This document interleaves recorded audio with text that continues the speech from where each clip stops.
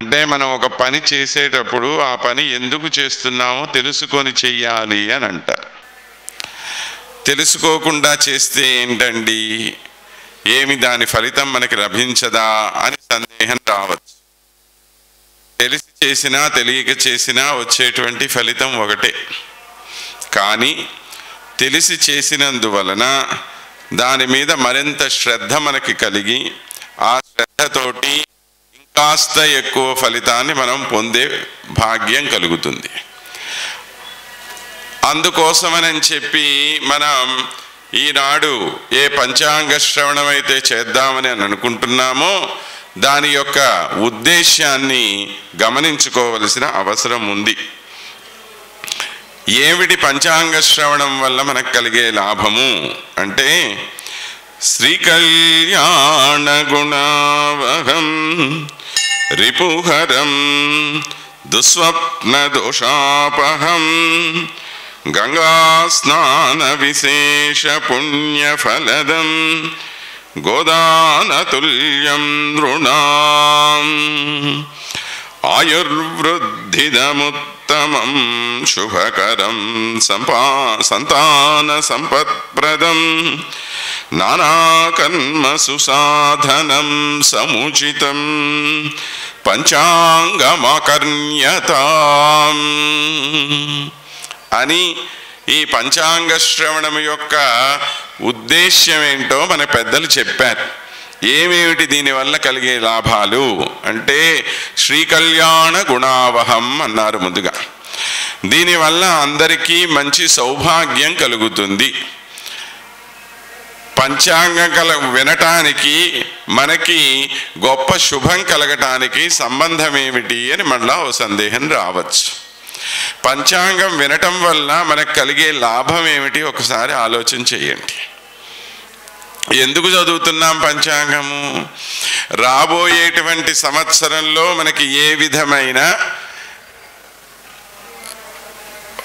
లాభము కానీ నష్టం కానీ శుభం కానీ అశుభం కానీ కలిగేటువంటి అవకాశం ఉందో కొద్దిగా తెలుసుకునే ప్రయత్నం జరుగుతుంది. మంచిగా లాభం కలిగింది అనుకోండి, ఆ కలిగేటువంటి లాభాన్ని మనం ఏ విధంగా ఒక మంచి కార్యక్రమానికి వినియోగించుకోవచ్చో ఒక ఐడియా మనకు వచ్చేస్తుంది.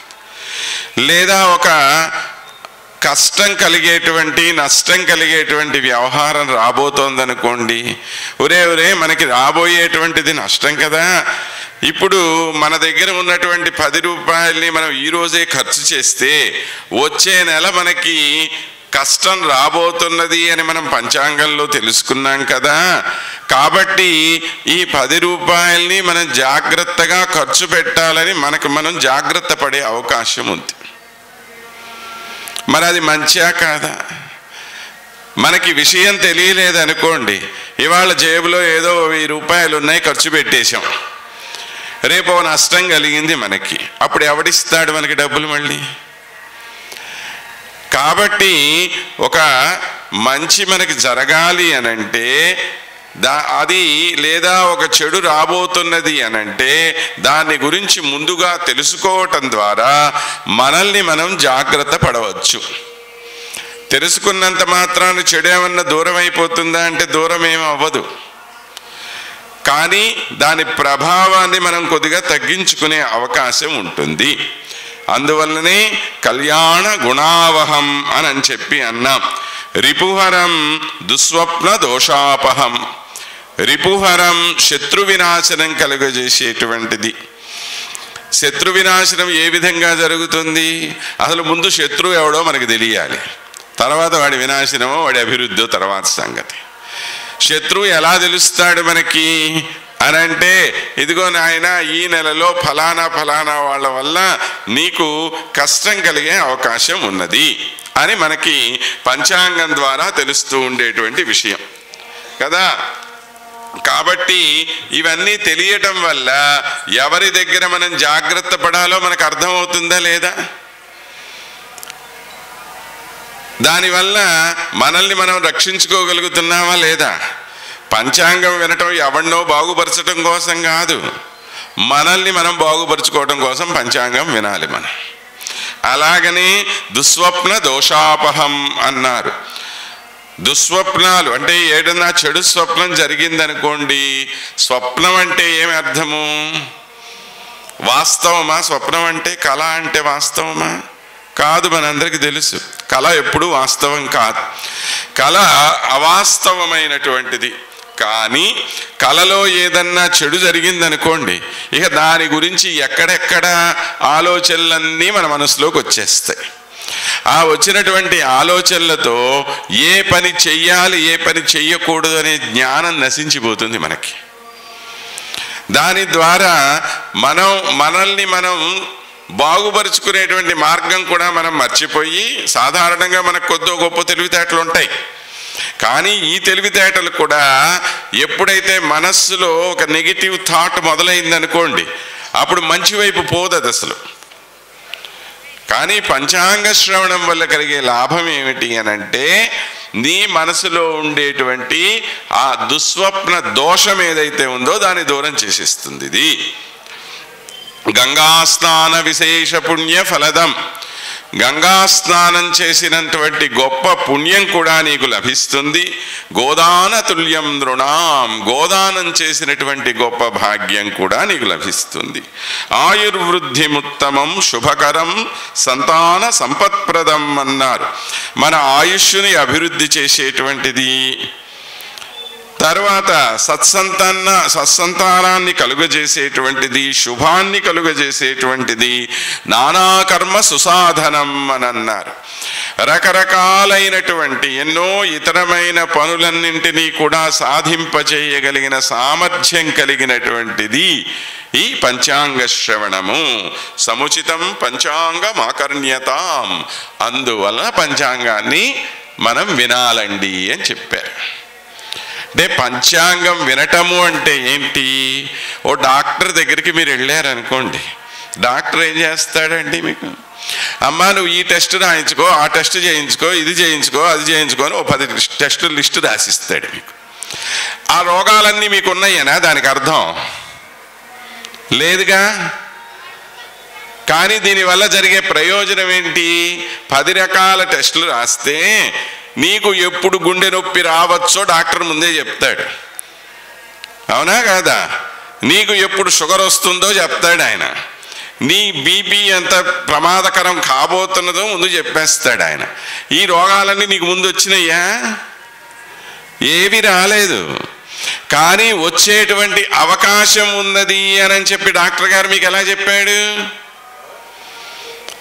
నీ శరీరంలో ఉండేటువంటి కొన్ని లక్షణాలు, కొన్ని సిమ్టమ్స్, ఈ సిమ్టమ్స్ని కనుక్కోవటం వల్ల, వాటిని గురించి తెలుసుకోవడం ద్వారా రాబోయేటువంటి దుష్పరిణామాలు ఇవి. దీనికి ఏం చెయ్యాలండి మరి? అమ్మా ఇదిగో ఫలానా టాబ్లెట్ వేసుకో, నీ రక్తము బాగా చిక్కబడిపోయింది, గుండె ఎక్కడైనా నాళం లోపల రక్తం గడ్డగట్టుకోవచ్చు, కాబట్టి రక్తం పలసబడేటువంటి ఓ టాబ్లెట్ నీకు ఇస్తాను అంటాడు. వేసుకుంటూ ఉంటారు. మీలో చాలామంది వెళ్ళి ఉంటారు ఈ పాటికి డాక్టర్ల దగ్గరికి. ఈ రోజుల్లో డాక్టర్ల దగ్గరికి పోని వాళ్ళు ఎవరు ఉంటారు చెప్పండి? అవునా? ఇవన్నీ డాక్టర్లు ముందే చెప్తున్నారు, మనం చేస్తున్నాం. మరి పంచాంగం ఏం చేస్తుందండి? ఇదే చేస్తుంది పంచాంగం కూడా. అయ్యా, నీకు రాబోయేటువంటి సంవత్సరంలో ఇదిగో ఇదిగో నీకు ఈ నష్టాలు లాభాలు జరగబోతున్నాయి, నువ్వు ఈ విషయంలో జాగ్రత్తగా ఉండు. ఇవి కొలెస్ట్రాల్లో రకరకాల కొలెస్ట్రాల్స్ ఉంటాయి.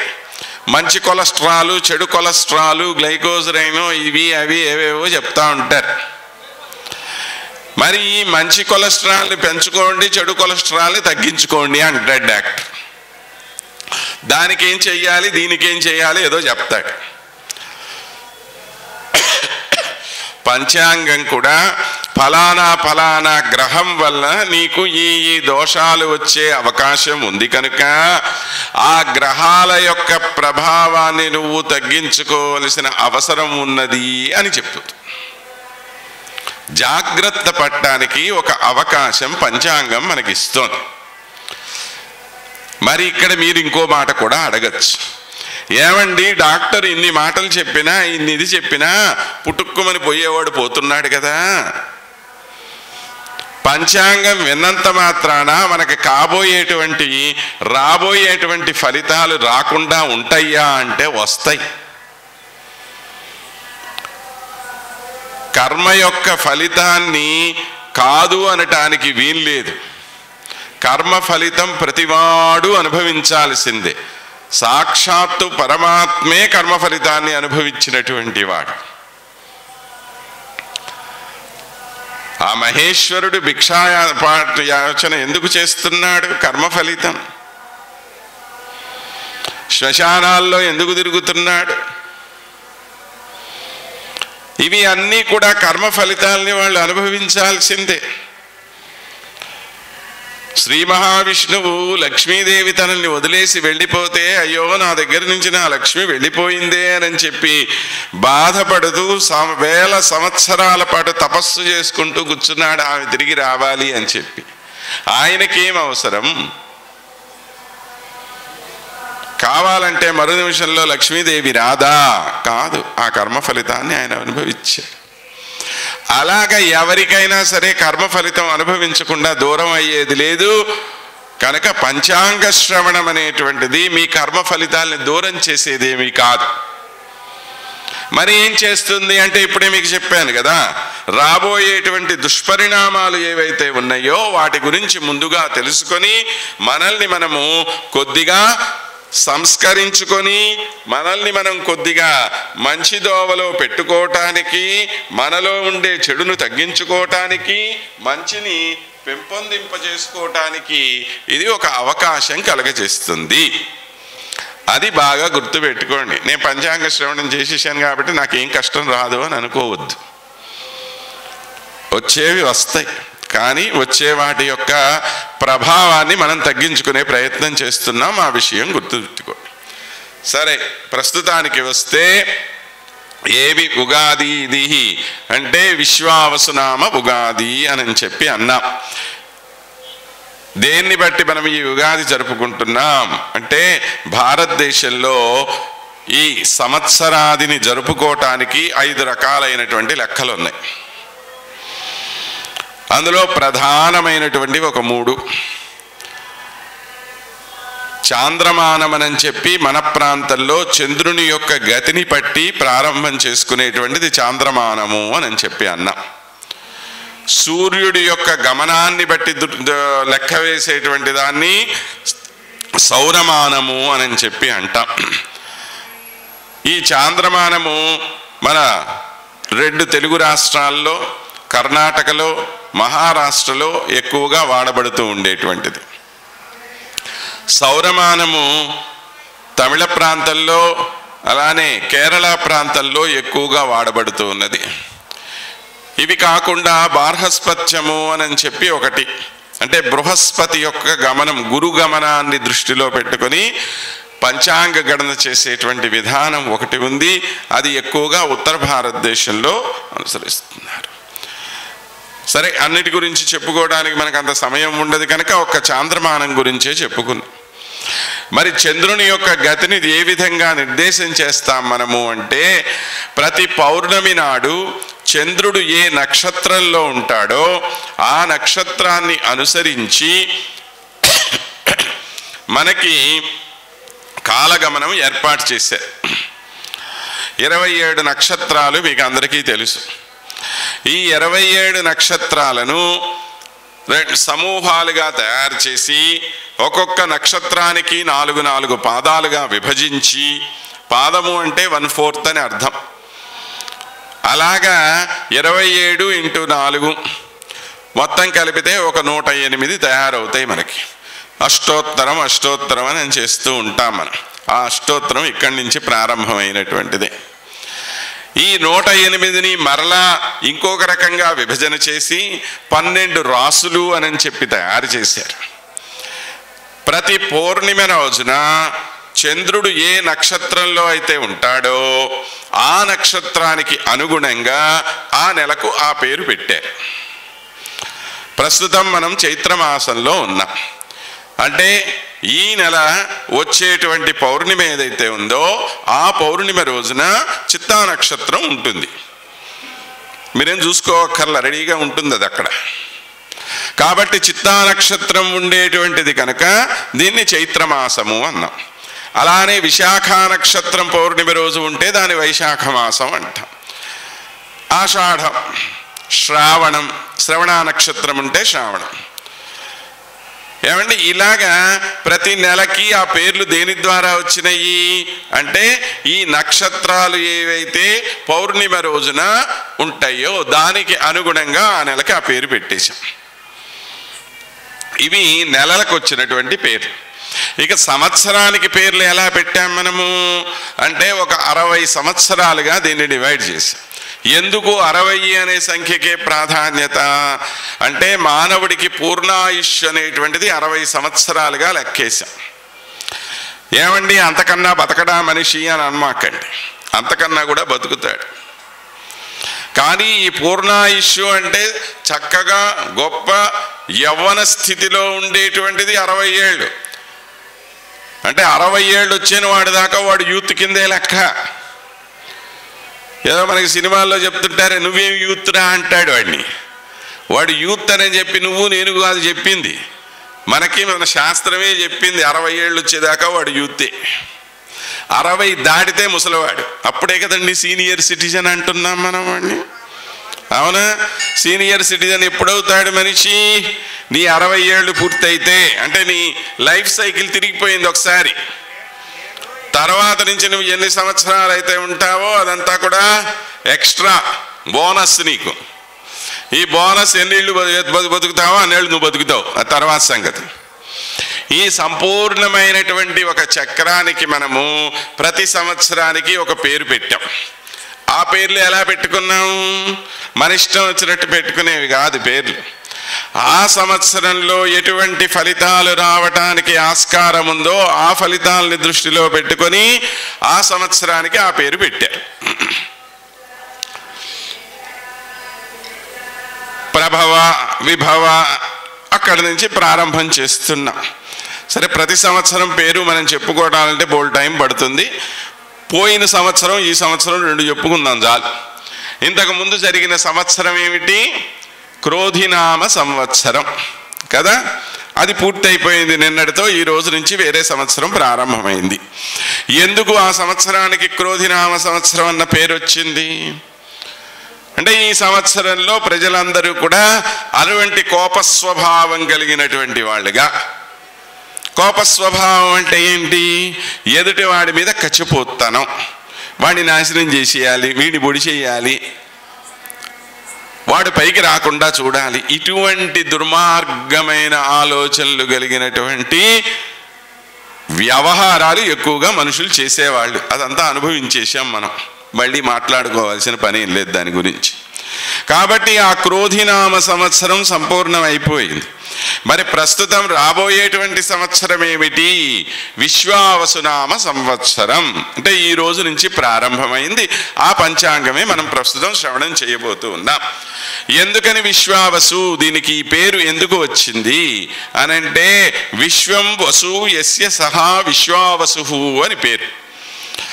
అంటే ఎవరికైతే సమస్తమైన విశ్వము సంపత్తుగా ఉన్నదో ఆయన యొక్క సంవత్సరం ఇది అని అర్థం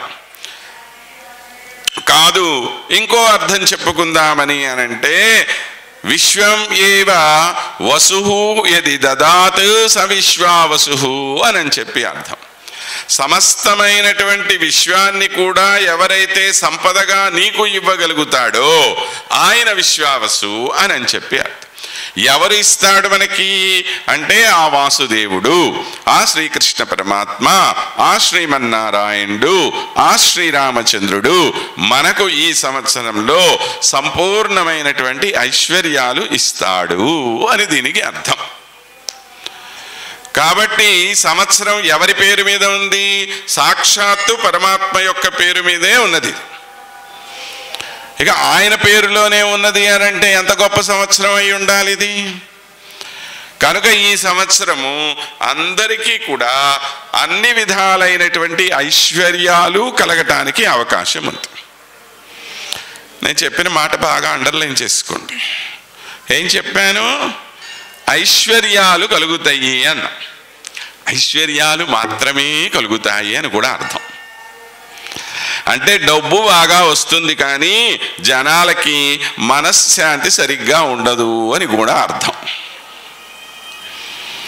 డబ్బు బాగుండి మనశ్శాంతి బాగా లేకపోతే ప్రయోజనం ఏమన్నా ఉంటుందా? మరి ఆ మనశ్శాంతి ఏ విధంగా లభ్యమవుతుంది అంటే భగవదార్చన చేత లభ్యమవుతుంది. కనుక మనం ఏం చెయ్యాలి? ఎవడైతే మనకు సంపత్తునిస్తున్నాడో ఆయనకి నమస్కారం చేసుకొని అయ్యా నన్ను చక్కగా చూడు అని ఈ సంవత్సరం అంతా మొత్తుకుంటూ ఉంటే ఆయనకి ఎప్పుడో మన కష్టాలు తీరుస్తాడు. కాబట్టి ఈ సంవత్సరంలో ఆర్థికంగా ఎవరూ కూడా పెద్దగా నష్టపోయేటువంటి విషయాలు లేవు. అదే సమయంలో భగవదార్చన చెయ్యటం అనేది ప్రతివాడికి కూడా అవసరమైంది. భగవత్ సంబంధమైన కథలు వినటం, భాగవతులతోటి సహవాసం చేయటం, సత్కాలక్షేపం చెయ్యటం చాలా చాలా అవసరమైనటువంటిది. నేను ఇంతకు ముందే చెప్పాను కదా, డాక్టర్ గారు ముందే అన్ని టెస్టులు చేసేసి దానికి మీకు రిజల్ట్ చెప్తాడు. ఇవన్నీ మీకు సిమ్టమ్స్ అమ్మా అంటాడు. ఈ సిమ్టమ్స్ ఎప్పుడు డిసీజ్గా మారతాయండి? ఆ సిమ్టమ్స్గా ఉన్నప్పుడు వాటిని కనుక మీరు లక్ష్య పెట్టకపోతే తర్వాత ఏమవుతుంది? అది రోగం కింద మారుతుంది. కాబట్టి ఈ సంవత్సరంలో మీరు ఈ జాగ్రత్తలు కనుక ముందే తీసుకుంటే మనశ్శాంతి లభిస్తుంది, భగవంతుడి యొక్క ఐశ్వర్యము కూడా మనకు సంపూర్ణంగా లభిస్తుంది. కాబట్టి రెండూ లభించే అవకాశం ఉన్నది కనుక దాన్ని మనము బాగా గుర్తుంచుకోవలసినటువంటి విషయం.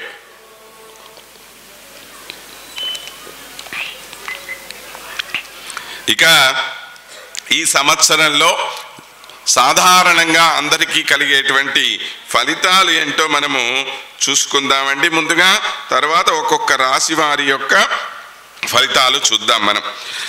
ఈ విశ్వావసునామ సంవత్సరంలో చైత్రమాసంలో రాజకీయమైనటువంటి కల్లోలాలు ఎక్కువగా ఉండే అవకాశం ఉంది.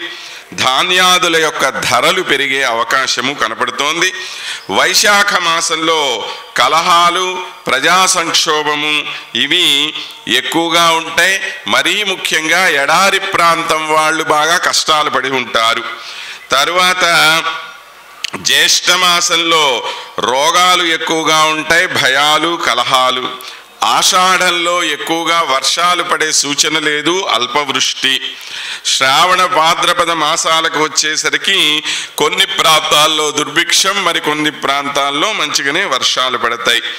అలాగనే ఆశ్వీజ మాసానికి వచ్చేసరికి కొద్దిగా రోగపీడ ఎక్కువగా ఉంటుంది. తర్వాత వెండి బంగారం ధరలు మాత్రం బాగానే ఉంటాయి. ఆడవాళ్ళు చక్కగా ఇప్పటి నుంచే తయారై కూర్చోండి, బాగా బంగారం కొనుక్కోవచ్చు మీరు. కార్తీకం, మార్గశిరం, పుష్యం. ఇక్కడికి వచ్చేసరికి వస్తువుల ధరలు బాగా ఉండే అవకాశం ఉంది. మాఘం, పాల్గొన మాసంలో ధరలు సరసంగా ఉండే అవకాశం ఉంది. కానీ ప్రపంచంలో యుద్ధ వాతావరణం వ్యాప్తి చెందే అవకాశం ఉంది. అంటే మొత్తం మీద మనం ఒక్కసారి గమనం చేసుకుంటే మొదటి 6 నెలలు కొద్దిగా ఇబ్బందులు పడుతూ ఉంటాం. తరువాత 6 నెలల పాటు మంచి మానసికమైనటువంటి శాంతి కూడా కలిగే అవకాశం ఉంది. విద్యారంగం పనితీరు బాగా అభివృద్ధి చెందే అవకాశం ఉంది.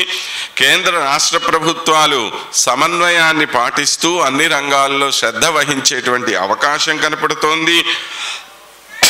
తరువాత ఆర్థికపరమైనటువంటి నేరాలు అంటే సైబర్ క్రైమ్స్ అంటాం మనం, ఇటువంటివన్నీ కూడాను బాగా పెరిగేటువంటి అవకాశం. ధార్మిక క్షేత్రాలకి మంచి కట్టుదిట్టమైన చర్యలు వచ్చేటువంటి అవకాశం కూడా మనకు కనపడుతోంది. ఆల్రెడీ ఒక రాష్ట్రంలో ఒక మంచి ప్రత్యేకమైనటువంటి చట్టం చేయటం జరిగింది. అయ్యా, మా దేవాలయాల మీద వచ్చే ఆస్తి, మా దేవాలయాల మీద వచ్చే ఆదాయాన్ని మా దేవాలయాలకే మేము ఖర్చు పెడతాం, మిగతా వాళ్ళకి ఇవ్వము అని చెప్పి ఒక రూల్ పాస్ చేసి పడేశారు. కాబట్టి ధర్మపరమైనటువంటిది ఈనాడు వ్యవస్థ కనుక చూస్తే దేవాలయాల మీద వచ్చేటువంటి ఈ మనం దేవుడికి కానుగ్గా వేసేటువంటి ప్రతి రూపాయి కూడా అక్కడ ఎవడికో ఇచ్చేసుకుంటూ ఉన్నాడు. మనం మన దేవుడి కోసం కదండి ఇచ్చుకున్నాం, ఆడెవడో ఖర్చు పెట్టుకోవటం ఏమిటి? కనుక ఇటువంటి వ్యవస్థ దూరమయ్యేటువంటి అవకాశం కనపడుతుంది. తరువాత కేంద్ర రాష్ట్ర ప్రభుత్వాల మధ్య సయోధ్యత కుదిరి మంచి ప్రగతిశీలమైనటువంటి రాజ్యాన్ని ఏర్పాటు చేసే అవకాశం కనపడుతోంది. నూతన రక్షణ వ్యవస్థ, ఆయుధ వ్యవస్థ మనకు ఉండే అవకాశాలున్నాయి. అంతర్గతమైన శత్రువుల్ని గమనించుకోవలసిన అవసరం మనకు కనపడుతోంది. ఇది సాధారణమైనటువంటి సంవత్సర ఫలితము. తర్వాత ముఖ్యంగా మనము సంవత్సరం రాగానే మూఢం ఎప్పుడండి అంటూ ఉంటాం. అంటే ఈ మూఢమి, కత్తరి అని చెప్పి అంటాం. కత్తెర అని దానికి తెలుగులో పేరు పెట్టాం. ఈ మూఢమి, కత్తెర ఉండేటువంటి సమయాల్లో ఏ విధమైనటువంటి శుభకార్యాలు మన వాళ్ళు చెయ్యరు. కనుక ఆ మౌఢ్య నిర్ణయం దేన్ని బట్టి జరుగుతోందో జూన్ 10వ తేదీ నుంచి జూలై 8వ తేదీ దాకా కూడా ఎటువంటి శుభముహూర్తాలు ఉండవు మనకి. దానిలో గురుమౌఢ్యమి అని చెప్పి అంటాం. అలాగే నవంబర్ 30 నుంచి ఫిబ్రవరి 13వ తేదీ దాకా కూడా శుక్రమూఢమి వచ్చేటువంటి అవకాశం ఉంది. ఈ సంవత్సరంలోనే సరస్వతీ నది పుష్కరాలు జరిగేటువంటి అవకాశం. మే నెల 15వ తేదీ నుంచి 26వ తేదీ వరకు ఈ సరస్వతీ నది పుష్కరాలు జరిగేటువంటి అవకాశం కూడా మనకి అవకాశం కాదు, జరుగుతాయి తప్పనిసరిగా. ఇది మనకి సాధారణమైనటువంటి ఫలితాలు. ఇక మనం ఇంతకుముందు చెప్పుకున్నట్లుగానే ప్రతి నెల కూడాను అంటే ప్రతి రాశి వాళ్ళకు కూడా కొన్ని సాధారణమైనటువంటి ఫలితాలు కనుక ఒక్కొక్క రాశి యొక్క నిర్ణయం దేన్ని బట్టి జరుగుతుంది అని అంటే ఆ నక్షత్రంలో జన్మించినటువంటి వాళ్ళకి. మీరందరూ కూడా మీ నక్షత్రాలు మీ జన్మ నక్షత్రం ఏదో మీకు తెలిస్తే ఆ రాశిని మీరు తెలుసుకొని మీ యొక్క ఫలితం ఎలా ఉంటుందో మీరే తెలుసుకోండి కొద్దిగా. మొట్టమొదటగా అశ్విని, భరణి, కృత్తిక. అంటే అశ్విని నక్షత్రానికి 4 పాదాలు, ప్రతి నక్షత్రానికి 4 పాదాలు ఇంతకుముందే చెప్పాను. భరణి నక్షత్రానికి ఉండేటువంటి 4 పాదాలు, కృత్తికా నక్షత్రంలోని మొదటి పాదం.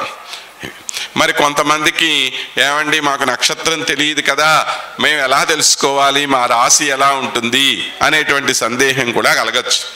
ఇలాంటివన్నీ పాపం మన పెద్దవాళ్ళు ఎప్పుడో ఆలోచించేశారండి. ఎందుకంటే మనకి ఇట్లాంటి విషయాల్లో పెద్ద గుర్తుండవు. ఏమయ్యా పలానా సినిమాలో హీరో ఎవడు అంటే మాత్రం ఎమ్మటే చెప్తాం. అక్కడ హీరోయిన్ ఏ చీర కట్టుకుంది ఆడవాళ్ళు ఎమ్మటే చెప్పేస్తారు. లేకపోతే వాణిశ్రీ మెడలో ఇది వేసుకుంది ఇప్పటికి కూడా చెప్తారు. ఆ వాణిశ్రీ కూడా ఉందో పోయిందో మరి. ఆ వాణిశ్రీ మెడలో ఇదిగో ఇట్లాంటిది ఉండేదండి మెడలో ఇది, ఇవన్నీ గుర్తుంటాయి. కానీ మనకి ఏమండి శ్రీరామనవమి ఎప్పుడు వస్తుంది, ఎప్పుడో వస్తుంది, ఆయన ఎప్పుడో చెప్తాడుగా టీవీలో, చూద్దాంలే అంటాం. ఇవి మాత్రం గుర్తుండవు మనకి. కదా. కాబట్టి మన వాళ్ళకి ఇవి గుర్తుండవని చెప్పి మన పెద్దలు ఏం చెప్పారో తెలుసా, పుట్టంగానే ఏదో పెద్ద పంతులు గారి దగ్గరికి ఎక్కడికో పోయేవాళ్ళుగా, పోగానే ఆయనకి ఓ పేరు చెప్పేవాడు. ఒరే అబ్బాయి, మీకు పుట్టినటువంటి పిల్లవాడికి ఈ పేరుతో ప్రారంభమయ్యేటువంటి పేరు ఏదన్నా పెట్టుకో అన్నాడు. వాడికి చాతో ప్రారంభమయ్యే పేరు పెట్టు, వాడే చలపతో గిలపతో పేరు పెట్టుకుంటాడు. వాడు ఏ నక్షత్రంలో పుట్టాడో వాడికి తెలియదు, వాడి పేరు వాడికి తెలుసుగా, అవునా కాదా. కాబట్టి కొన్ని సంవత్సరాల తర్వాత వీడెప్పుడో 25 ఏళ్ళ తర్వాత 30 ఏళ్ళ తర్వాత అప్పుడు కూడా బోడు, ఎందుకంటే అప్పుడు యువరక్తం కదా, అన్నీ నాకే వచ్చు అనుకుంటాడు.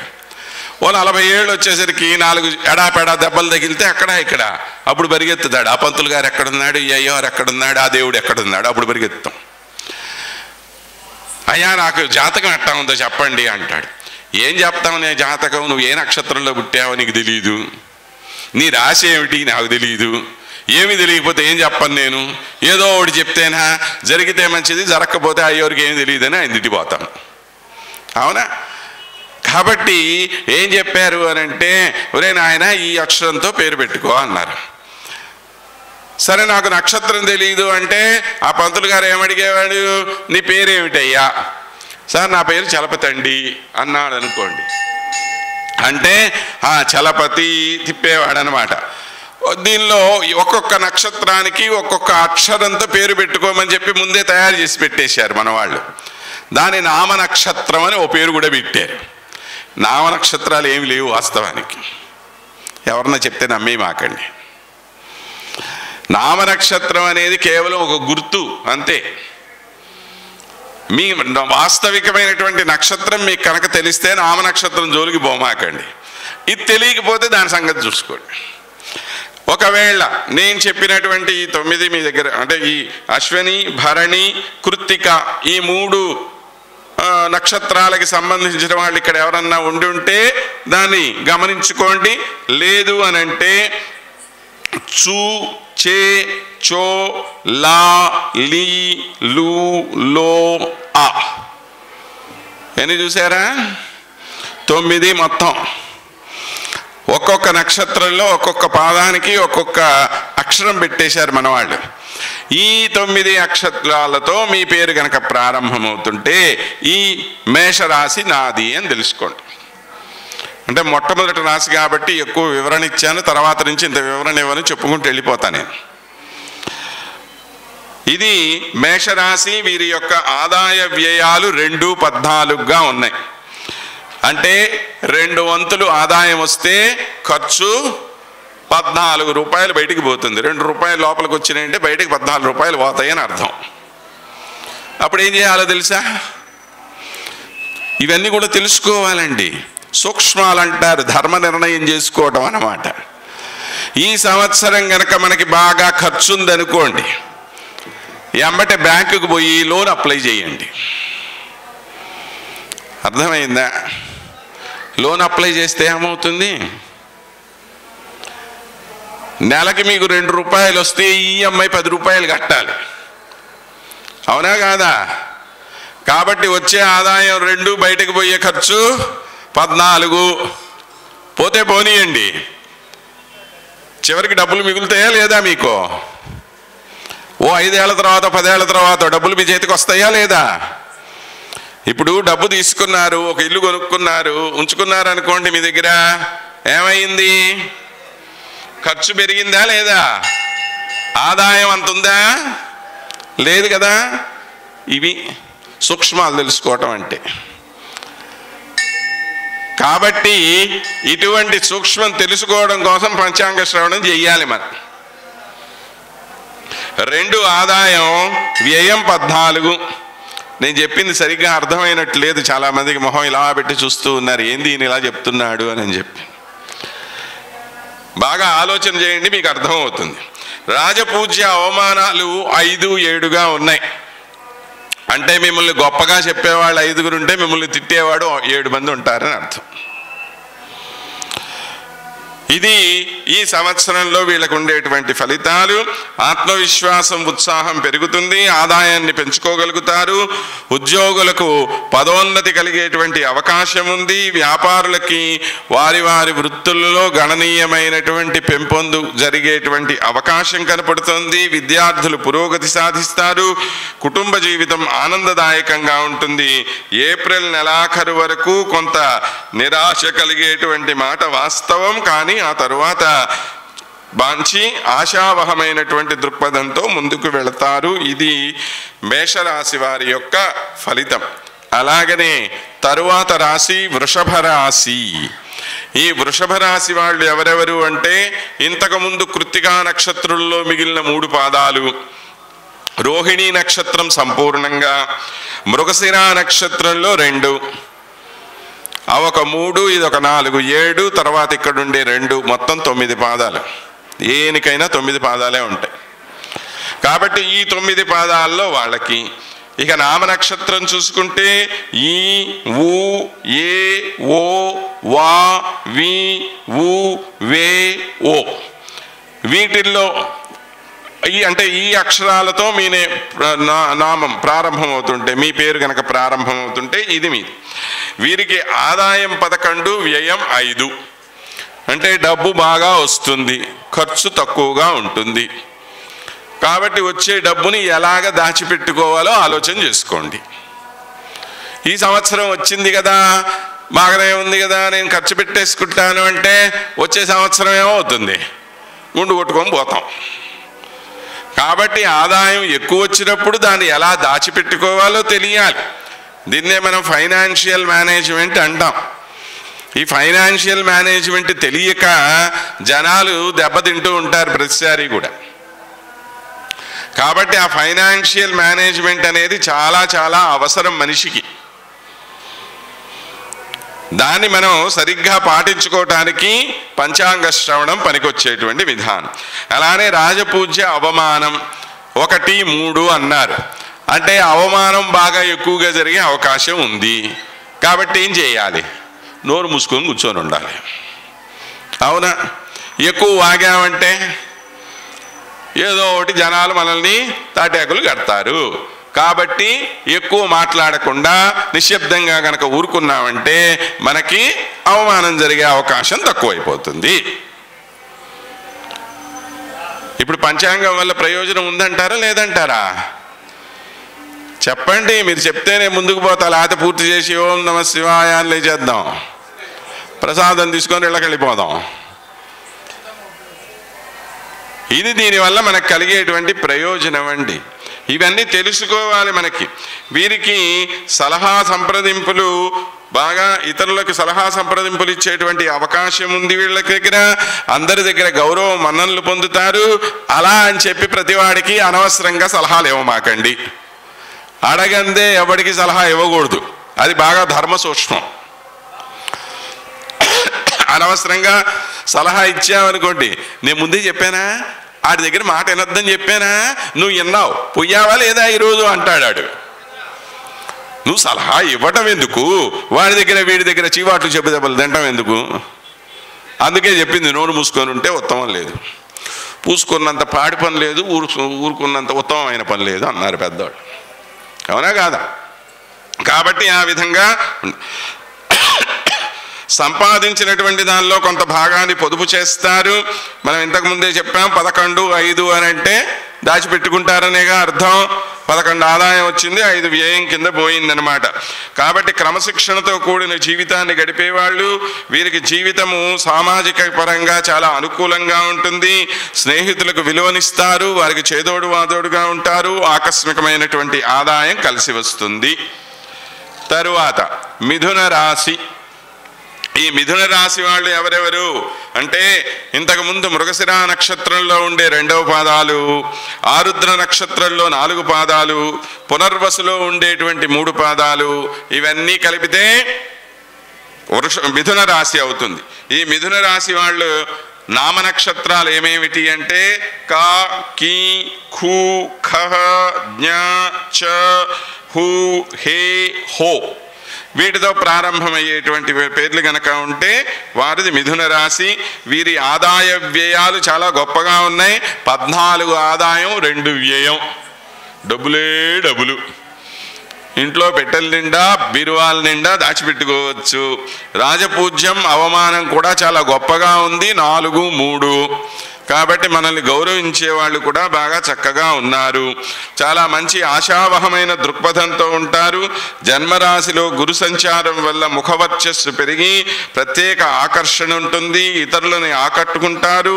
స్త్రీ సంతానానికి సంబంధించినటువంటి మంచి వార్తలు వినే అవకాశం ఉంది. అవివాహితులైన వాళ్ళకి వివాహం జరిగే అవకాశం ఉంది. విద్యలో ఆశించిన ఫలితాలను పొందుతారు. వివాహ జీవితంలో, దాంపత్య జీవితంలో ఏదన్నా కష్టం నష్టము ఉంటే అది కొద్దిగా దూరమయ్యే అవకాశం కూడా కనపడుతోంది. సమాజంలో ప్రతిభావంతమైనటువంటి వాళ్ళు, గౌరవనీయమైనటువంటి వ్యక్తుల్ని కలుసుకుంటారు వీరు. ఇది వీరికి జరిగేటువంటి, అనవసరంగా ఇతరుల విషయాల్లో జోక్యం చేసుకోకుండా మాట అదుపులో ఉంచుకోవడం చాలా మంచిది. వీళ్ళకి వివాదాలకి దూరంగా ఉండండి. సంతానానికి వివాహాది శుభయోగాలు ఉన్నాయి. వాళ్ళు ఉన్నత విద్య కోసం ఇతర దేశాలకు వెళ్ళే అవకాశం కనపడుతోంది. గృహ విషయాలు అనుకూలంగా ఉంటాయి. కుటుంబంతో ఆనందంగా గడపగలుగుతారు. ఇవి మిథున రాశి వారి యొక్క ఫలితం. తరువాత కర్కాటక రాశి.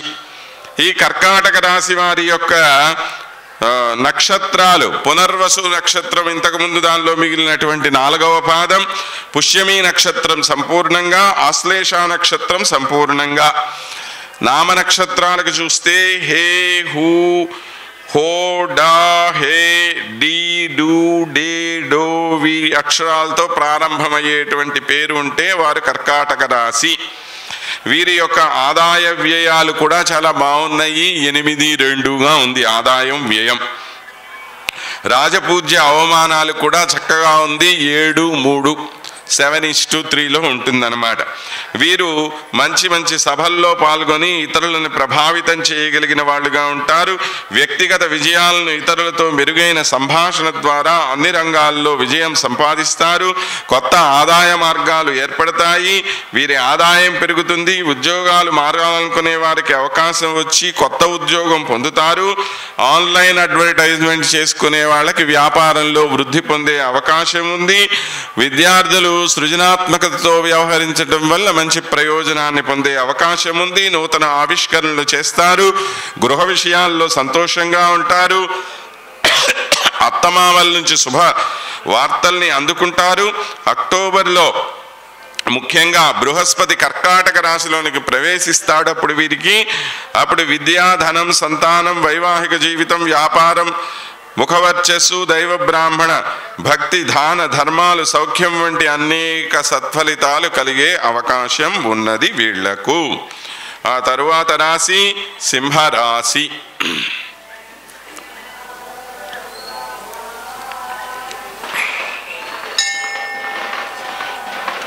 మఖా నక్షత్రంలో ఉండేటువంటి 4 పాదాలు, పుబ్బా నక్షత్రంలో సంపూర్ణం, ఉత్తరా నక్షత్రంలో మొదటి పాదం. ఈ 9 వీరివి. నామ నక్షత్రాలు చూస్తే మా, మీ, ము, మే, మో, టా, టీ, టూ, టే. వీరి ఆదాయ వ్యయాలు సరిసమానంగా ఉన్నాయి. అంటే 11 రూపాయలు వస్తే 11 రూపాయలు ఖర్చు అవుతుంది, ఏం మిగలదు.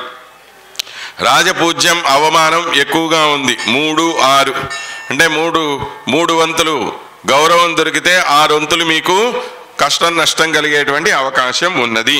కాబట్టి ఆదాయం అయితే బాగా ఉంటుంది, కానీ వచ్చినటువంటి ఖర్చంతా, ఆదాయం అంతా కూడా ఖర్చు అయిపోతూ ఉంటుంది వారికి స్వభావంలో ప్రశాంతత పెరుగుతుంది. మానసికంగా బలంగా ఉంటారు.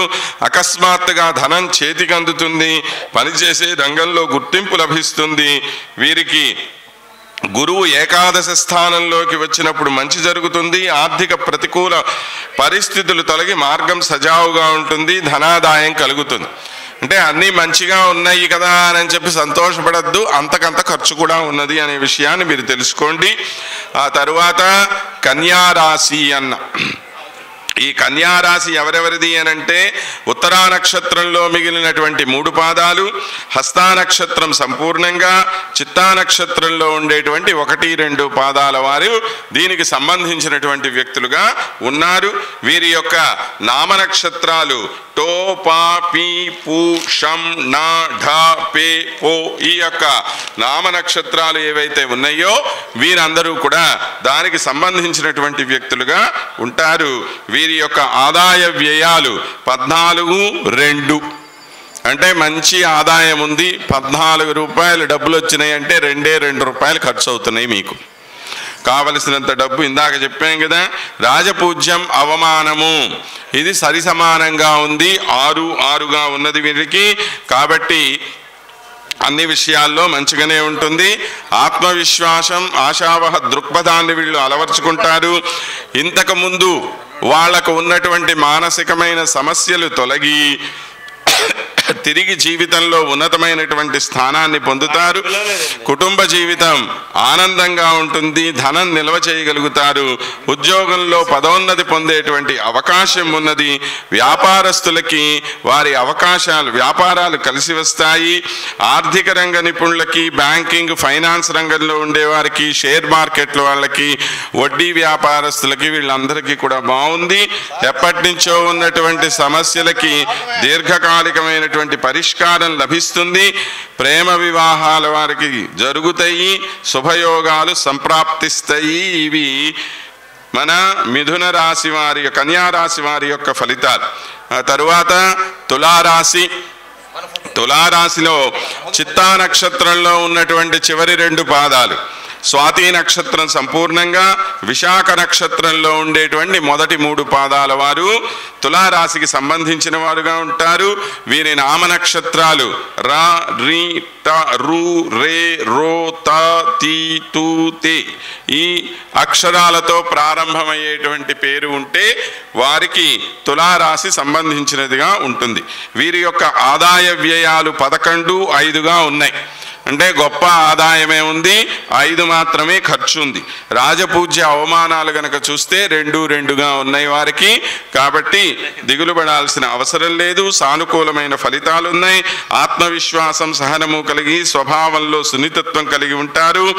ఆదాయానికి తగిన ఖర్చు, ఉద్యోగం చేసే వారికి తగినటువంటి గౌరవం. తర్వాత ఆన్లైన్ వ్యాపారాలు బాగా అవకాశం ఉంది. ఉద్యోగస్తులకు ప్రమోషన్లు, తోబుట్టువులతో సత్సంబంధాలు కలిగి ఉంటారు. ధార్మిక కార్యక్రమాల్లో బాగా పాల్గొంటారు. తీర్థయాత్రలు చేస్తారు. కష్టపడి శ్రమించిన తరువాతే వీరు విజయాన్ని పొందుతారు. సంవత్సరారంభం నుండి శని సంచారం అనుకూలమైనదిగా ఉంటుంది. ఎన్నికల్లో విజయం సాధిస్తారు. ఇది వీరందరూ కూడాను పొందేటువంటి గొప్ప ఫలితం. తరువాత వృశ్చిక రాశి అన్నాం. ఈ వృశ్చిక రాశి వారు ఎవరు అనంటే విశాఖ నక్షత్రంలో 4వ పాదం, అనురాధ నక్షత్రం సంపూర్ణంగా, జ్యేష్ఠ నక్షత్రంలోని మొదటి 3 పాదాలు. ఇవి వీరికి మొదటి జ్యేష్ఠ నక్షత్రం సంపూర్ణం అండి. 4 పాదాలు, మొత్తం 9 కదా. తర్వాత ఆదాయ వ్యయాలు చూస్తే వీళ్ళకి తో, నా, నీ, ను, నే, నో, యా, ఈ, యు వీటితో ప్రారంభమయ్యేటువంటివి. కాబట్టి వీరికి సంవత్సరంలో ఉద్యోగం పోయేటువంటి అవకాశం ఉంటుంది. మరలా సంవత్సరాంతంలో మరలా ఉద్యోగం పొందే అవకాశం కూడా ఉంది. కాబట్టి మధ్యలో పరిస్థితి చాలా దైన్యంగా ఉంటుంది. వారు కొత్త ఒత్తిడి, ఆటంకాలు ఎదుర్కొంటారు. తలపెట్టిన పనులు నిలిచిపోతాయి. ధార్మిక కార్యక్రమాల్లో కూడా సమస్యలు ఎదుర్కోవాల్సి ఉంటుంది. ఆరోగ్యం క్షీణిస్తుంది. ఖర్చులు పెరుగుతాయి. తర్వాత డిసెంబర్లో సంపదను సుస్థిరం చేసుకుంటారు. వ్యాపారస్తులు కొనుగోళ్ల మీద ప్రత్యేకమైన శ్రద్ధ వహించాల్సిన అవసరం ఉంది. ఆరోగ్యాన్ని గురించి చాలా జాగ్రత్త పడాల్సిన అవసరం ఉంది. వ్యక్తిగత జీవితంలో భావోద్వేగాలకు గురయ్యేటువంటి అవకాశం కూడా బాగా కనపడుతూ ఉన్నది. ఇది మనం గమనించుకోవలసిన విషయం. నక్షత్రం ఏ, యో, బా, బీ, భూ, ధా, బా, డా, భే ఈ నామ నక్షత్రాలు సంబంధించినటువంటి వీరికి వీరు ఆర్థికపరమైనటువంటి విషయాలలో వృద్ధి సానుకూలతని పొందుతారు. ఆదాయ వ్యయాలు రెండు సరిసమానంగా ఉన్నాయి. అంటే 5 రూపాయలు వస్తే 5 రూపాయలు ఖర్చు అవుతుంది. కాబట్టి అప్పులేమి ఉండవు, గుర్తుపెట్టుకోండి. వివాహం, వ్యాపార భాగస్వామ్య విషయాల్లో ఆనందకరమైన అదృష్టాన్ని అనుభవిస్తారు. తరువాత క్రమశిక్షణతో కూడిన జీవితాన్ని గనక అవలంబిస్తే చతుర్థ స్థానంలో ఉండే శని సంచార దోషాన్ని అధిగమిస్తారు. లేకపోతే మత్తుమందుల బారిన పట్టం, జూదాల బారిన, బెట్టింగుల బారిన, ఇలాంటి అసాంఘిక అనైతిక కార్యకలాపాల్లో పడిపోయేటువంటి అవకాశం ఉంది. జూలై నుంచి నవంబర్ మధ్య ఛాతీ, రక్తపోటు వంటి దీర్ఘకాలిక వ్యాధుల బారిన పడకుండా శ్రద్ధ అవసరం. స్నేహితులతో సమయం గడపడానికి ఇష్టపడతారు. కుటుంబ వ్యక్తిగత సంబంధాల కంటే స్నేహితులకు ఎక్కువ ప్రాధాన్యతనిస్తారు. డబ్బు కూడా బాగా ఖర్చు చేస్తారు. తోబుట్టుల ప్రభావం వల్ల కొన్ని సమస్యలు ఎదుర్కొంటారు, కానీ అందరికీ సహాయం చేస్తుంటారు. ఆకర్షణీయమైనటువంటి వక్తృత్వ ధోరణి కలిగినటువంటి వారుగా ఉంటారు వీరు. మకర రాశి ఫలితం. మకర రాశి ఉత్తరాషాఢ 3 పాదాలు, శ్రవణ నక్షత్రం సంపూర్ణం, ధనిష్టా నక్షత్రంలోని మొదటి 2 పాదాలు. నామ నక్షత్రాలకు వస్తే భో, జా, జీ, జూ, జే, జో, ఖ, గా, గి ఈ నామ నక్షత్రాలతో ప్రారంభమయ్యేటువంటి వారు. వీరి యొక్క ఆదాయ వ్యయాలు 8, 14గా ఉన్నాయి. రాజపూజ్యం అవమానం వచ్చి 4, 5గా ఉంటుంది వీళ్ళకి. గురుని యొక్క షష్ఠరాశి యందు సువర్ణమూర్తి అవటం చేత ఈ రాశి వారు వివేకవంతులు, ఉదార స్వభావులుగా ఉంటారు. జనాదరణ పొందుతారు. శత్రువులపై జైనికేతనం వెదుగేస్తారు. కుటుంబం వృద్ధి చెందుతుంది. ఈ సంవత్సరంలో వైద్య ఖర్చులు పెరిగే అవకాశం ఉంది. అక్టోబర్లో ఆర్థికంగా అభివృద్ధి ఉంది. జీవిత భాగస్వామికి మద్దతు లభిస్తుంది. వైవాహిక సంబంధాల్లో పురోగతి ఉంది. గురుని యొక్క విశేష వీక్షణ చేత ధన, భాగ్య, న్యాయ, వ్యయస్థానాలు ప్రభావితమవుతాయి. ఇది వీరికి ఉండేటువంటి లాభం మకర రాశి వారికి. తరువాత కుంభరాశి వారు. కుంభరాశి ఎవరిది అనంటే ధనిష్టా నక్షత్రంలో 11వ రాశి ఇది. 3, 4 పాదాలు, శతభిషం పూర్తి, పూర్వాభాద్ర 1, 2, 3 పాదాల వారు కుంభరాశికి సంబంధించిన వారు. వీరికి నామ నక్షత్రాలు గు, గే, గో, సా, సి, సు, సే, సో, ద వీటితో ప్రారంభమయ్యేవి. ఆదాయ వ్యయాలు చూస్తే 8, 14గా ఉన్నాయి వీళ్ళకి. రాజపూజ్యం అవమానం 7, 5గా ఉంది. వీరు చక్కగా మాట్లాడగలిగిన సామర్థ్యం కలిగి ఉంటారు. ఇతరులను గౌరవించటం కాకుండా వారి వాగ్ధోరణితో ఇతరులను ప్రభావితం చేయగలిగే సామర్థ్యం కలిగి ఉంటారు. మంచి నాయకత్వ లక్షణాలు ఉంటాయి వీళ్ళకి. ఉద్యోగం ఆశించే వాళ్ళకి ఉద్యోగం లభిస్తుంది. విద్యార్థులు సృజనాత్మకమైనటువంటి విషయాల్లో విజయం సాధిస్తారు. జీవిత భాగస్వామితో దృఢమైన సంబంధాలున్నాయి. సంతానానికి అనుకూలమైనటువంటి సమయం ఇది. ఈ రాశి వారికి గురుడు 5వ స్థానమందు సంపదలను వృద్ధి చేస్తాడు. ఆరోగ్య విషయాల్లో స్వస్థత కలుగుతుంది. ధన విషయాలు, వారసత్వ సంపదలు వృద్ధి చెందుతాయి. వ్యవసాయదారులకు పెట్టుబడులు అధికమైనటువంటి ఫలితాన్ని ఇస్తాయి. ఇక చివరి రాశి మీనరాశి. ఈ మీనరాశి వాళ్ళు ఎవరు? పూర్వాభాద్ర 4వ పాదం, ఉత్తరాభాద్ర మొత్తము, రేవతి నక్షత్రం వాళ్ళు సంపూర్ణంగా. నామ నక్షత్రాలు చూస్తే ది, దు, శ్రం, శ్యం, ఝ, ధ, దే, దో, చ, చి ఈ అక్షరాలతో ప్రారంభమయ్యేటువంటి వారు.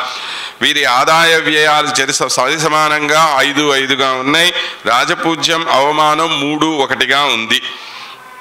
వీళ్ళు సంవత్సరారంభంలో ఆర్థిక, శారీరక, మానసిక ఒత్తిళ్లకు గురి అవుతారు. సమస్యలు చుట్టుముట్టడం వల్ల అస్థిమితముగా అహంభావ స్వభావాలుగా చూడటానికి ఇతరులకు చికాకుగా కనిపిస్తారు. కానీ పరస్పర సామరస్యం, అవగాహన లోపం వల్ల కుటుంబపరమైనటువంటి సమస్యలను, ఒత్తిళ్లను అధిగమిస్తూనే ఉద్యోగ విషయాల్లో, వృత్తి రంగంలో మంచి విజయాలను సాధిస్తారు.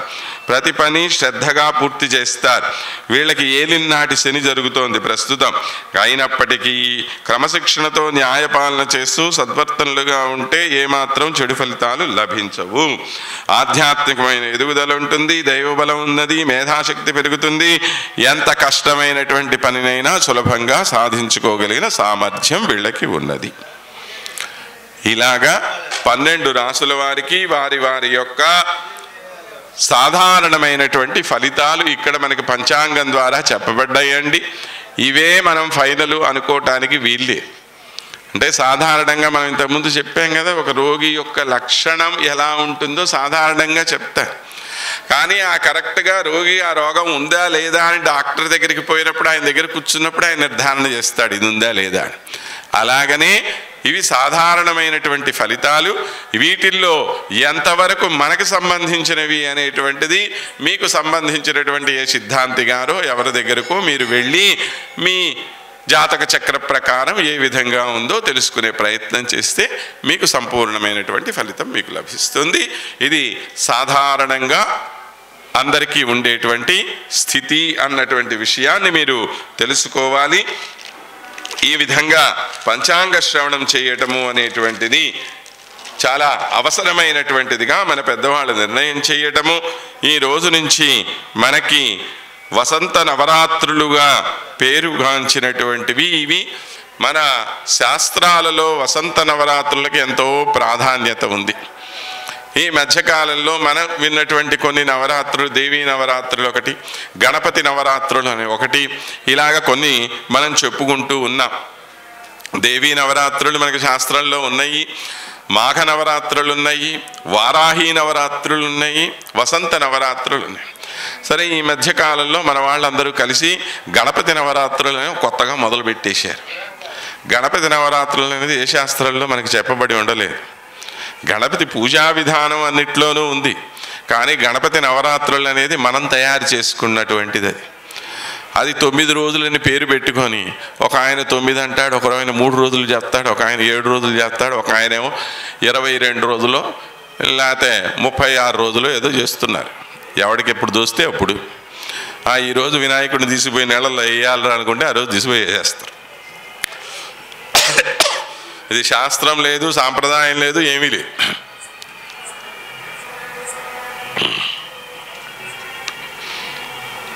అంటే నేనేదో వినాయకుడిని తక్కువ చేసి చెప్తున్నా అనుకోమాడు. వినాయకుడు గొప్ప ఆయనే, చేసే మనం పిచ్చి చేష్టలు అవన్నీ. కాబట్టి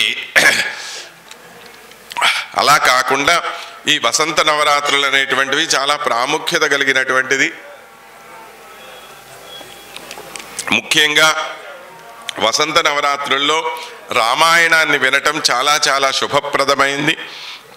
కనుక ఆ రామాయణ కాలక్షేపం, ఒకవేళ సంపూర్ణమైనటువంటి రామాయణాన్ని వినే అవకాశం కనుక మనకి లేకపోతే కొద్దో గొప్ప సుందరకాండనన్నా పారాయణ చేసుకోవటము చాలా చాలా మంచిది. మనకి ఏ విధమైనటువంటి దోషమున్నా, ఏ విధమైన శత్రుభయం ఉన్నా వాటన్నింటి నుంచి మనకి దూరం చేసి ఆంజనేయుడు మనకి సంపూర్ణమైనటువంటి మనోధైర్యాన్ని, శారీరక ధైర్యాన్ని అందజేస్తాడు అనేటువంటి భావంతో సుందరకాండ పారాయణని కూడా మనము ఇక్కడ ఏర్పాటు చేసుకోవటం జరుగుతోంది. నేటి నుంచి శ్రీరామనవమి వరకు ప్రతిరోజు కూడాను సుందరకాండ పారాయణ ఇక్కడ జరుగుతుంది. సాయంత్రం 7 గంటల సమయంలో ప్రారంభమై 1 గంట, గంటన్నర పాటు ప్రతిరోజు కూడా సుందరకాండలోని విశేషాలన్నీ కూడా మనం ఇక్కడ తెలుసుకుంటాము. అలాగనే చివరి రోజున శ్రీరామనవమి సందర్భంగా వచ్చే ఆదివారం నాడు మనకి ఇక్కడ శ్రీరామ కళ్యాణం జరుగుతుంది. తర్వాత 7వ తేదీ శ్రీరామ పట్టాభిషేకం జరుగుతుంది. ఇవి అన్నీ కూడాను ఎంతో శుభప్రదమైనటువంటి విషయాలు. కనుక వీటన్నింటిలో కూడా మీరు భాగస్వాములు కావాలి అని చెప్పి ఈ శ్రీరామచంద్ర సేవా సమితి వారి యొక్క ప్రత్యేకమైనటువంటి విజ్ఞాపన. దానికి సంబంధించినటువంటి కార్యకర్తలు ఆ మద్దలూరి శ్రీనివాసరావు గారు కానివ్వండి, ఇంకా ఇతరమైనటువంటి వాళ్ళు చాలామంది ఉన్నారు. వారందరూ కూడాను ఈ కార్యక్రమాన్ని చాలా గొప్ప స్థాయిలో సింగంశెట్టి శివరామకృష్ణ గారు, ముగిలి ఆనందరావు గారు, ముస్నూరి కోటేశ్వరరావు గారు, ఇంకా ఉపాధ్యక్షులైనటువంటి వాళ్ళు చాలామంది ఉన్నారు. వీళ్ళందరూ కూడాను ఇంకా ఎంతోమంది గౌరవ సలహాదారులు, కోశాధికారి, ప్రచార కార్యదర్శి, సహాయ కార్యదర్శులు, కార్యవర్గ సభ్యులు చాలామంది, వీరందరూ కూడా పూనుకొని ఈ కార్యక్రమాన్ని చాలా పెద్ద ఎత్తున చేస్తున్నారు. ఈ మామిడిపాలెం కొండ మీద వేయించేసినటువంటి సీతారామచంద్ర స్వామి యొక్క దేవస్థానం ఒంగోలుకి ఒక ప్రత్యేకత కలిగినటువంటిది. కొండ మీద రాముల వారి దేవాలయం ఉండడం చాలా అరుదు. భద్రాద్రి తరువాత అదే విధంగా ఇక్కడ కొండ మీద వేంచేసినటువంటి స్వామి మన స్వామి ఒంగోలుకి ఒక ఐకాన్ అన్నమాట. రాముల వారంటే ఒంగోలు వస్తున్నది అని మనకు తెలియాలి అంటే కొండ మీద రాముల వారి గుడి కనపడితే ఒంగోలు వచ్చినట్టు మనకు గుర్తు. అప్పటికైనా ఇప్పటికైనా ఎప్పటికైనా అలాంటి ప్రసిద్ధి చెందినటువంటి రామాలయం ఇది. ఈ రామాలయంలో మధ్యకాలంలో కొద్దిగా ఆ వైభవం క్షీణించినప్పటికీ ఆ తరువాత ఇటువంటి మహానుభావులందరూ కూడాను దైవ ప్రేరణ చేత పనిగట్టుకొని 10 మందిని కలుపుకొని వీరందరి యొక్క సహాయ సహకారాలతో ఇంత గొప్ప కార్యక్రమాన్ని చేస్తున్నారు అనంటే మనందరం ఏం చెయ్యక్కర్లా. వాళ్ళకేమి లక్షల దాన ధర్మాలు ఏమి ఇవ్వక్కర్లా. కనీసం వచ్చి కూర్చొని ఈ 9 రోజుల పాటు జరిగేటువంటి కార్యక్రమాలను వీక్షిస్తే వాళ్ళకి ఆనందం. దానివల్ల ప్రయోజనం వాళ్ళకేమన్నా ఉంటుందా? ప్రయోజనం మనకి, లాభం మనది, పని వాళ్ళది. ఎంత సులభమో చూడండి. మనం ఏమీ ఖర్చు పెట్టకుండా ఏదో వచ్చి హాయిగా అలా కూర్చునేసి మధ్యలో వాళ్ళు ఏదైనా ప్రసాదం ఇస్తే నోట్లో అలా వేసుకుంటూ చెప్పే 4 మాటలు వినేసి పోయామంటే ఆ రాములు వారు ఏదో పాపం నా కోసం వచ్చారని ఆయన సంతోషపడతాడు. మనం ప్రసాదం కోసం వచ్చిన సంగతి ఆయనకేం తెలుసు కదా. దేనికైనా సరే మొత్తానికి రాములు వారు మెచ్చుకుంటాడు కదా మనల్ని. కాబట్టి సంతోషపడండి, రండి. యత్ర యత్ర రఘునాథ కీర్తనం తత్ర తత్ర కృతమస్తకాంజలిం బాష్పవారి పరిపూర్ణలోచనం మారుతిం నమత రాక్షసాంతకం. ఎక్కడెక్కడైతే మనకి శ్రీరామచంద్రుని యొక్క నామం సంకీర్తన జరుగుతుందో, రామ అనేటువంటి 2 అక్షరాలు ఎక్కడ స్తుతింపబడతాయో, ఎక్కడ కీర్తింపబడుతుందో అక్కడ 2 చేతులు జోడించేసి కళ్ళల్లో నుంచి ఆనంద బాష్పాలు అలా అలా అలా కారుతూ ఉంటే అక్కడికి వచ్చి నుంచొని ఉండిపోతాడట ఆంజనేయ స్వామి. అది ఆ స్వామిలో ఉండేటువంటి దైవ భక్తి. ఇదిగోండి ఈ పక్కనే మనం ఒక పీట వేసుకున్నాం. ఇక్కడ ఆ పీట ఎందుకు వేసామో తెలుసా? ఆ పీట మీద ఆంజనేయ స్వామి వచ్చి కూర్చుంటారు అని చెప్పి మన యొక్క విశ్వాసం. అందుకోసమని ఇక్కడ మన సుందరకాండ పారాయణ చేస్తూ ఉంటే అదిగో ఆ హనుమంతుల వారు అక్కడ వేంచేసి ఉంటారు అనేటువంటి ఉద్దేశ్యంతో మనం ఆయన్ని ఇక్కడికి ఆహ్వానించి రావయ్యా స్వామి, ఇక్కడ కూర్చోవయ్యా, మా అందరితో పాటు నువ్వు కూడా ఈ రామకథని వినవయ్యా అని చెప్పి అంటున్నాం. అంతేకాదు మనం ప్రస్తుతం మాట్లాడుకోబోతున్నటువంటి విషయం ఎక్కడిది? ఆ హనుమంతుని యొక్క గొప్పదనాన్ని గురించే చెప్పేటువంటిది. సుందరకాండ అంటేనే రామాయణం మొత్తానికి కూడాను చాలా ప్రధానమైనటువంటిది. ఉన్నటువంటి కావ్యాల్లో భారతీయులకు ఉండేటువంటి 18 పురాణాల్లో 2 ఇతిహాసాలలో రామాయణానికి ఉండేటువంటి వైశిష్ట్యం చాలా గొప్పదన్నమాట. వేదోపబృంహణము అని పేరు రామాయణానికి. అంటే ఏమి అర్థము? వేదోపబృంహణం అంటే వేదాలలో ఏ విషయాలైతే చెప్పబడి ఉన్నాయో ఆ విషయాలన్నింటి యొక్క సారాంశంగా మనకు తెలియజేసేటువంటిదే రామాయణము అని చెప్పి మనకి చెప్పారు. కాబట్టి దాన్ని మనము ప్రధానమైనటువంటి విషయంగా ఇక్కడ చెప్పుకుంటూ ఉన్నాం. అయ్యా శ్రీనివాసులు గారు ఎన్నింటి దాకా నేను చెప్పచ్చో చెప్తే అప్పటికి పూర్తి చేస్తా. చాచా నేను అద్భుతంగా చెప్తున్నా, తెల్లారి దాకా చెప్పమంటారా ఏంటి?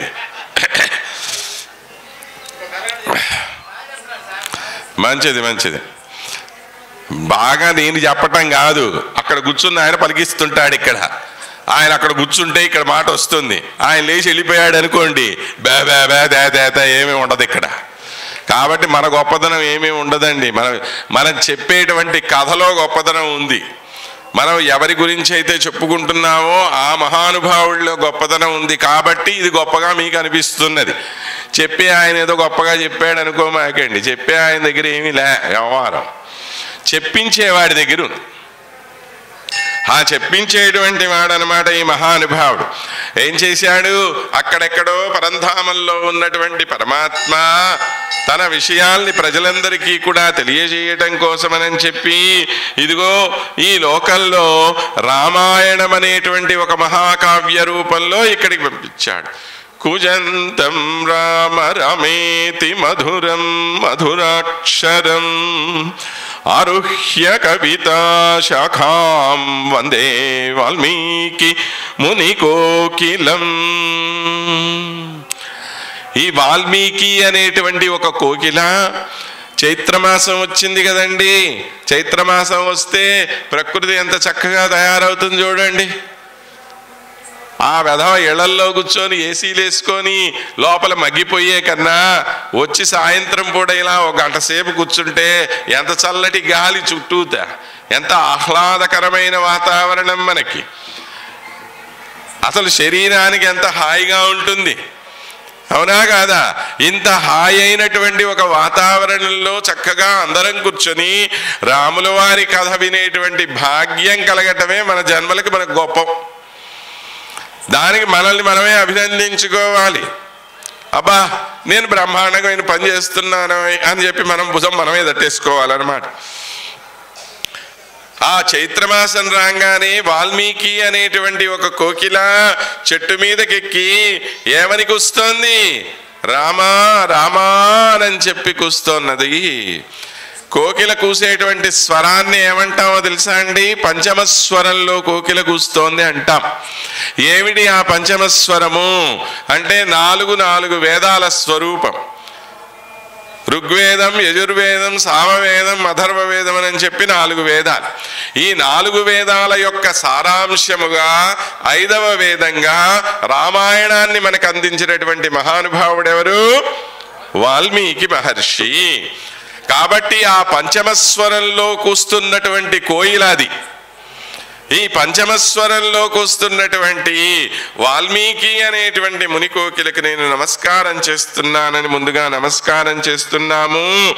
వాల్మీకి గిరి శ్లోకసార సమాకీర్ణం సర్గకల్లోల సంకులం కాండగ్రాహం మహామీనం వందే రామాయణార్ణవం. రామాయణం అంటే ఒక మహాసముద్రం అండి. మీరు ఎవరినైనా అడగండి, ఏమంటే మీకు రామాయణం తెలుసా? ఓ నాకు బాగా తెలుసు. ఏమిటి తెలిసింది మనకి రామాయణం? ఏమీ తెలియదు మనకి. ప్రతివాడు నాకు రామాయణం తెలుసు అంటాడు. మనం తెలుసుకున్నటువంటి కథ ఏ సినిమాలు చూసో ఇంకోటి చూసో అక్కడ ఏదో వాడు ఏదో చెప్తే దాన్నే పెట్టుకొని ఇదే రామాయణం అంటాడు. అది సినిమాలు తీసుకునేవాడు వాడు డబ్బులు కోసం వాడు తీసుకుంటుంటాడు, ఏదేదో కథలు చెప్పేస్తూ ఉంటాడు. అవన్నీ నిజమేనా? అవి వాల్మీకి మహర్షి మనకి చెప్పాడా? తెలియదు నాకు. సినిమాలో చెప్పాడు కదండి కాబట్టి వాల్మీకి చెప్పి ఉంటాడు. అంటే సినిమా వాడు ప్రమాణం కానీ వాల్మీకి ప్రమాణం కాదు మనకి. అసలు రామాయణంలో ఒక మంచి వాక్యం ఎందుకు చెప్పబడింది? ఒక్కొక్క వ్యక్తి ఏ విధమైనటువంటి ప్రవర్తన చేయటం ద్వారా మనకి ఒక గొప్ప సందేశాన్ని అక్కడ ఇస్తున్నారు. ఇది మనం తెలుసుకోవాలి. ఏదో రాముల వారు పుట్టాడండి, అడవులకు పోయాడండి వాళ్ళ దానికోసము, అక్కడ ఏదో రాక్షసుల్ని చంపాడు, రావణాసురుడు వచ్చాడు, సీతమ్మని ఎత్తుకుపోయాడు, ఆంజనేయ స్వామి పోయాడు, ఎత్తుక్కొని వచ్చాడు, వీళ్ళు పోయారు, వాళ్ళతో యుద్ధం చేశారు, రావణాసురుడిని చంపాడు, సీతమ్మని ఎత్తుకొచ్చాడు, అయిపోయింది రామాయణం. కట్టే కొట్టే తెచ్చా అంటుంటారు మన పెద్దలు. 3 వాక్యాల్లో రామాయణం అంతా అర్థం చెప్పేసేసి ఇచ్చు అని చెప్పి. రామాయణంలో నీకు ఏ రంగు కనపడిందయా? సీతమ్మని అర్థం చేసుకోవాలంటే ముందుగా నీ మనస్సులో అసూయ అనేది లేకపోతేనే సీతాదేవిని నువ్వు అర్థం చేసుకోవచ్చు అని చెప్పాడు వాల్మీకి మహర్షి. సీతాదేవిని గురించి తెలుసుకోవడం సాధారణమైన విషయం కాదు. కృత్స్నం రామాయణం కావ్యం సీతాయాశ్చరితం కవత్ పౌలస్య వధమిచ్చేవ చకార చరితవ్రత అని చెప్పి అన్నారు. రామాయణం పేరుకే రాముని యొక్క ఆయనం, రాముడి గురించి సంబంధించినటువంటి కథ కాబట్టి దానికి రామాయణం అని పేరు పెట్టాం. కానీ ఈ రామాయణంలో గొప్పదనం ఎవరికి ఉందమ్మా అంటే ఎవరికి ఉంది రామాయణంలో గొప్పదనం? సీతాయాశ్చరితం మహత్ అన్నాడు. సీత యొక్క చరిత్ర చాలా గొప్పదైనటువంటి చరిత్ర అని చెప్పి అన్నాడు. కాబట్టి అటువంటి సీతాదేవి యొక్క చరిత్రని తెలియచేసేటువంటిది, సీతాదేవి యొక్క చరిత్రని అత్యంత అద్భుతంగా మన కంటి ముందు చూపించేటువంటి ఘట్టం ఏదన్నా ఉంది అంటే సుందరకాండే. ఇప్పుడు అర్థమైందా సుందరకాండ ఎందుకు ప్రత్యేకత రామాయణంలో? ఇప్పుడు ప్రతి కథకి కూడా ఒక మూలం ఉంటుందండి. రామాయణానికి మూలం ఎవరమ్మా అని అంటే సీతమ్మ కథ. అక్కడ రాముల వారి గొప్పదనం ఏం లేదండి. ఆయన ఏదో వాళ్ళ నాన్న మాట వినేసి అడవులకు పోతానని రెడీ అయిపోయాడు, బానే ఉంది. అప్పుడు కనుక సీతమ్మ ఏమయ్యా మీ నాన్న అడవులకు పొమ్మంటే నువ్వు పోతా, ఈ రాజ్యం అంతా ఎవడు చూసుకుంటాడు, రేపు నాకు పుట్టబోయే బిడ్డలకి నాకు రాజ్యం అక్కర్లా, ఏం అక్కర్లా, మా నాన్న చెప్పేశాడని చెప్పి నువ్వు అడవులకు డింగురంగా అని వెళ్ళిపోతే ఎవడు చూస్తాడయ్యా ఇవన్నీ, నోరు మూసుకొని ఇంట్లో కూర్చో అని ఉంటే రామాయణం ఉండేదా? రామకథ ఉండేదా? రాముల వారి చరిత్ర గొప్పదనం ఉండేదా? మరి ఈ రోజుల్లో ఆడవాళ్ళు అంతే కదండి, మనం ఏం చెప్తే అదే. మీ అమ్మతో మాట్లాడంటే మాట్లాడాలా, మీ అక్కా చెల్లెలతో మాట్లాడమంటే మాట్లాడాలి, లేకపోతే లేదు. ఆ పూటకి అన్ని కట్టు. కాబట్టి సీతమ్మని అర్థం చేసుకోవాలి అంటే ముందుగా మన మనస్సులో ఉండేటువంటి అసూయ పోవాలి. సీతమ్మలాగా మనం బతకగలుగుతామా ఆలోచన చెయ్యాలి. ఎంత త్యాగశీలి అండి ఆ మహాతల్లి, ఎంత గొప్పమైన ఒక అద్భుతమైనటువంటి ఒక చరిత్ర, ఓ అద్భుతమైనటువంటి ఉదాహరణ. ఎన్ని కష్టాలకి వచ్చింది, పుట్టినప్పటి నుంచి ఎలా పెరిగింది ఆ తల్లి. 7 మల్లెల ఎత్తు రాజకుమారి ఆమె.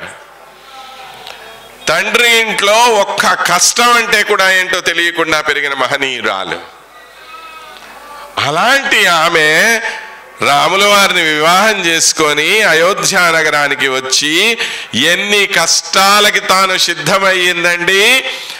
ఆయన అరణ్యాలకు పోతే నువ్వు ఎందుకమ్మా నీకు ఈ కష్టాలన్నీ, నువ్వు ఇంట్లోనే ఉండొచ్చు కదా అన్నాడు. సీతమ్మ అడవులకు పొమ్మనేం చెప్పలేదుగా రాముల వారు కానీ, లేకపోతే దశరథుడు కానీ, కైకేయి కానీ ఎవరేం అడగలేదుగా.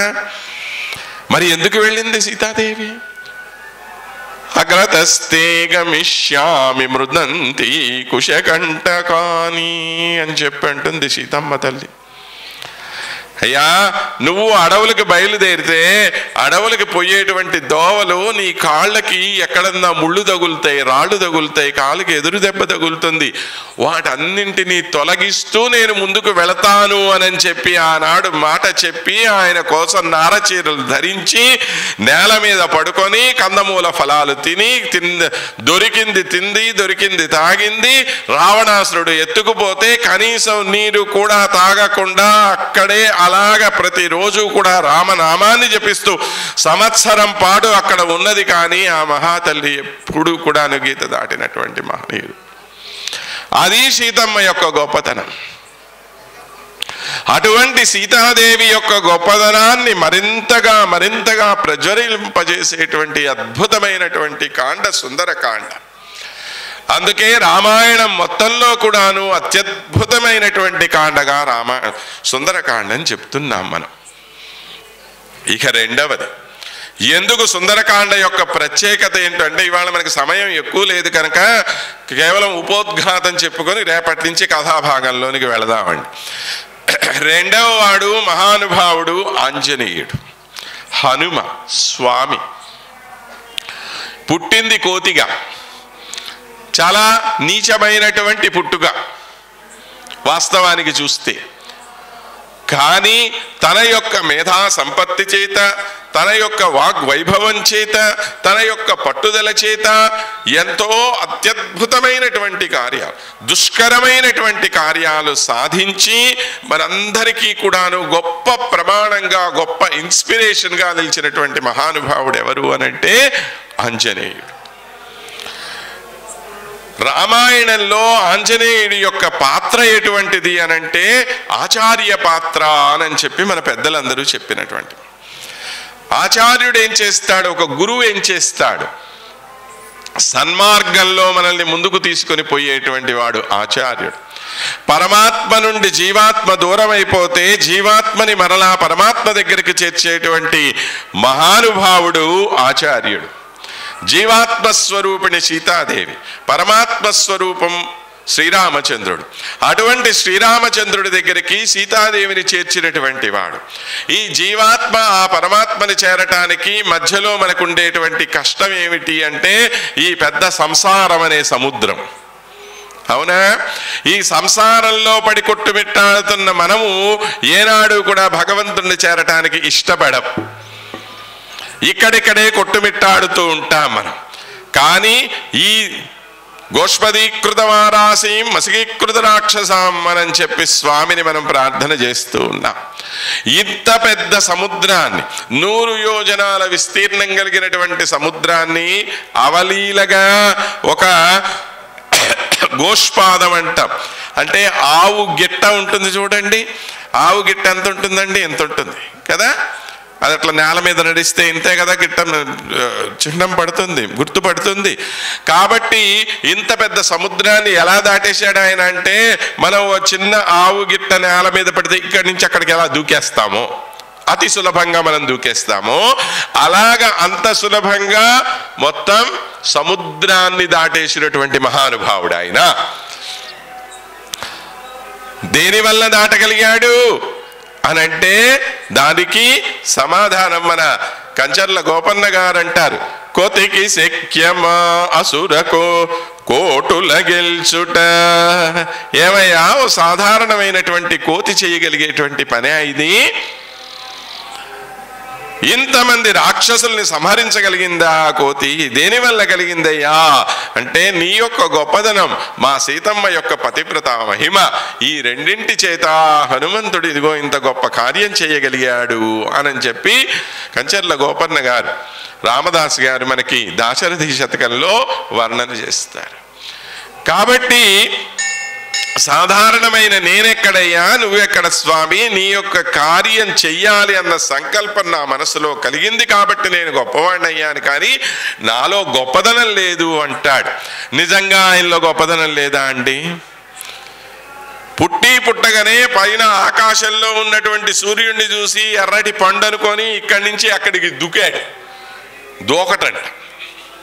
ఏది? ఇక్కడి నుంచి సూర్యలోకానికి దూకటం అంటామా మనము? ఆయన ఇలా దూకేసాడు, ఆ పడ్డును పట్టుకొని తిందామని. మూతి గాలింది, పాపం కింద పడ్డాడు. ఉరే నా పొయ్యి ఆ సూర్యుడిని మింగేస్తే ఏమైపోతుంది? ప్రపంచం అంతా కూడాను చీకట్లు అయిపోతాయి. ఇంద్రుడు వచ్చాడు, వజ్రాయుధం వేసి కొట్టాడు. ఆ వజ్రాయుధం దెబ్బకి పాపం మూతి మీద దెబ్బ తగిలింది. లేకపోతే ఆంజనేయ స్వామి కూడా అందగాడేనండోయ్. ఆయన కొట్టినటువంటి దెబ్బకి మూతి ఒక్కరు ఉబ్బింది పాపం ఆయనకి. అలా కింద పడ్డాడు. ఆయన పడేసరికి శ్రోదప్పి పడ్డాడు. చిన్న పిల్లవాడు కదా, ఎంత అలా పుట్టాడు, ఇలా ఎగిరాడండి. మరి ఇంద్రుడు ఎంత పెద్దవాడు, ఆయన దగ్గర వజ్రాయుధం ఎంత గొప్పది. అట్లాంటి వజ్రాయుధం దెబ్బకి అసలు ఏమీ కాల, ఒక్కరో కింద పడ్డాడు. అంటే కొద్దిగా కళ్ళు తిరిగినాయి అంతే. దానికే కోపం వచ్చింది వాయుదేవుడికి. నా బిడ్డని ఇట్లా చేస్తారా మీరు అని అనుకున్నాడు. ఆయన మొత్తం స్తంభింపజేశాడు గాలిని. గాలి లేకపోతే జీవులు ఎట్లా బతికేది? అందరూ పోయి వాయుదేవుడి దగ్గర నమస్కారం చేస్తే నా బిడ్డని బతికించండి, అప్పుడు ఊస్తాను నేను అన్నాడు. గబగబా బ్రహ్మదేవుడు వచ్చాడు, మళ్ళీ ప్రాణం పోసేసాడు ఆయనకి. దేవతలందరూ వచ్చారు, ఒక్కొక్క ఆయుధాన్ని సమర్పించేసేసారు. అన్ని రకాలుగా శక్తివంతుడిగా తయారు చేసేసారు పిల్లవాడిని. మళ్ళీ పైకి లేచాడు. మళ్ళా వాయువు. ఈయనకి ఎవరి దగ్గర చదువుకోవాలని కోరికో తెలుసా? సూర్యుడి దగ్గర చదువుకోవాలని కోరు. సూర్యుడు మహాజ్ఞాని, సూర్యనారాయణ ప్రభు. ఆయన సమస్తమైనటువంటి జ్ఞానానికి మూలం సూర్యుడు. సూర్యుడి దగ్గరికి వచ్చి గురువుగారు నాకు పాఠం చెప్పండి అన్నాడు. ఒరే నాయన, నేనేమో పొద్దున బయలుదేరితే సాయంత్రం దాకా రోడ్లు అమ్మడ తిరుగుతుంటాను, నాతో పాటు నువ్వు ఎక్కడ తిరుగుతావురా అన్నాడు. మీరు ఎక్కడికి పోతే నేను అక్కడికి వస్తానండి అన్నాడు. అది అంత సులభమైన విషయం కాదురా. ఇక్కడ బయలుదేరానంటే నేను ఎన్ని దేశాలు తిరిగాలి. ఈయన ఇలా తిరుక్కుంటూ మళ్ళీ సాయంత్రానికి తిరిగి వస్తాడు. అలా కుదరదు, మళ్ళీ సాయంత్రం అయిపోతే నేను రెస్ట్ తీసుకునే టైము, అప్పుడు పాఠం చెప్పను అన్నాడు. ఏం పర్వాలేదన్నాడు. నువ్వు ఎక్కడ మొదలవుతావో ఎక్కడ ఇంటికి పోతావో చెప్పు, అక్కడ దాకా నేను ఉంటానన్నాడు. అక్కడ ఉదయాద్రి, ఇక్కడ అస్తాద్రి.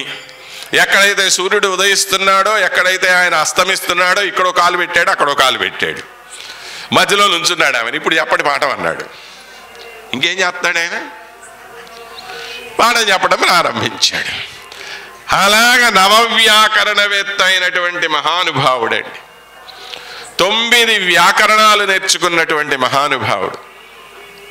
అది ఆంజనేయుడి యొక్క గొప్పతనం. బుద్ధిమదాం వరిష్టం అని అంటాడు. రామాయణంలో శ్రీరామచంద్రుడు ఎవరినన్నా గొప్పగా ప్రశంసించాడు అనంటే ఒక్క హనుమంతుడినే ప్రశంసిస్తాడు ఆయన. మిగతా వాళ్ళని కూడా ఏదో మంచి మాటలు ఒకటో రెండో చెప్తే చెప్పొచ్చు కాక. కిష్కింధాకాండలో కనుక మనం చూస్తే రాముల వారిని చూడటానికి మొట్టమొదటగా స్వామి హనుమ బయలుదేరి వస్తాడు. వస్తే ఆ హనుమంతుడిని చూసి, హనుమంతుడు బ్రాహ్మణ వేషంలో వచ్చాడు, తన రూపంలో రాలేదు. వచ్చి వీరు ఎక్కడి నుంచి వచ్చారు, ఏం చేస్తారు, వీళ్ళన్నింటినీ కొన్ని ప్రశ్నలు అడిగారండి. ఆయన అడిగిన ప్రతి మాటకి కూడా ఎంతో లోతైన అర్థం ఉంది మనకి. సరే, ఆయన అడిగిన మాటలు కాదు, రాముల వారి యొక్క ప్రశంసా వాక్యాల గురించి చెప్పుకుందాం మనం. ఎందుకంటే మనకు అంత సమయం లేదు. ప్రతిదానికి నేను ఈ మాటే చెప్తూ ఉంటా మీకు తప్పించుకోవడానికి. ఏమన్నాడు ఆయన? నాన్ ఋగ్వేద వినీతస్య నాయజుర్వేద ధారిణ నసామవేద విదుషో శక్యమేవం ప్రభాషితుం అన్నాడు.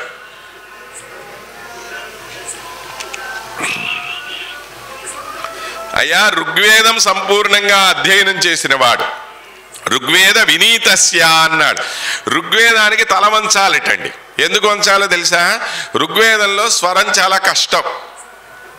ఋగ్వేదం గురించి స్వరాన్ని సక్రమంగా వినయంగా నేర్చుకుంటేనే స్వరం మీకు మట్టపడుతుంది. నా యజుర్వేద ధారిణ, యజుర్వేదంలో ఉన్న మాటే మళ్ళీ మళ్ళీ తిరిగి తిరిగి వస్తూ ఉంటుంది. ఇక్కడ ఒకటి చెప్పేసి మనం మర్చిపోయామంటే ఇంకో చోటకి అక్కడికో వెళ్ళిపోతాం. కాబట్టి మంచి ధారణా శక్తి ఉండాలి. నా సామవేద విదుషో, సామవేదానికి 1000 శాఖలు. గొప్ప పాండిత్యం ఉన్నవాడు మాత్రమే సామవేదం చదవగలుగుతాడు. ఈ వచ్చినటువంటి వాడు అంత వినయశీలిగా ఉన్నాడు, అంత ధారణాశక్తి కలిగి ఉన్నాడు, అలాగనే అంత గొప్ప పండితుడిగా ఉన్నాడయ్యా అని చెప్పి రాముల వారు లక్ష్మణుడితో అంటాడు. అసలు మాట్లాడటం అనేటువంటి కళ ఈయన దగ్గర నేర్చుకో అన్నాడు. ఎలా మాట్లాడుతున్నాడో తెలుసా? కొంతమంది ఎలా మాట్లాడతారండి, అనవసరంగా నవ్వుతూనే ఉంటారు. వాళ్ళు ఎందుకు నవ్వుతారో తెలియదు. కొంతమంది దీర్ఘాలు తీస్తున్నాడు. అవునా అండి, మీరు వచ్చారా అండి, ఎప్పుడు వెళ్తారండి, ఆ దీర్ఘాలు ఎందుకు మనకి? కొంతమంది ఏం మాట్లాడతారో తెలియదు మనకి. మీరు వచ్చారు కదా, కదా, నువ్వు ఏమడుగుతున్నావా మమ్మల్ని అంటే, మొన్న మీరు వచ్చారు కదా, మా ఇంటికి వచ్చారు కదా, నేను మిమ్మల్ని కలిశాను కదా, మిమ్మల్ని ఈ విషయం అడిగాను కదా, అది ఆయన అర్థం. కొంతమంది అనవసరంగా హడావుడిగా మాట్లాడేస్తుంటారు. కొంతమంది మొహం చిట్లిచ్చి మాట్లాడతారు. కొంతమంది అనవసరంగా నవ్వుతూ మాట్లాడతారు. కొంతమంది ఎప్పుడు సీరియస్గా మాట్లాడుతూనే ఉంటారు. ఇలాంటి దోషాలు ఏమీ లేకుండా నాతి దీర్ఘం నాతి ప్లుతం చ అని అంటాడు. మరీ సాగదీయకుండా, మరీ వేగంగా కాకుండా మధ్యమ స్వరంలో మాట్లాడుతూ ఎదుటి వారికి ప్రీతికరమైనటువంటి మాటలు మాట్లాడటమే ధర్మం అని చెప్పి మనకి సనాతన ధర్మం చెప్పింది. సత్యం బ్రూయాత్ ప్రియం బ్రూయాత్ నప్రియాత్ సత్యమప్రియం ప్రియం చ నానృతం బ్రూయాత్ దేశ ధర్మ సనాతన అని చెప్పి సనాతన ధర్మానికి డెఫినేషన్ అది. అలాగా మాట్లాడగలిగిన సామర్థ్యం కలిగినటువంటి వాడు, మానవులకి మాట్లాడటం అనే కళని మనకి బోధించినటువంటి మహనీయుడు ఎవరు అనంటే ఆంజనేయుడు.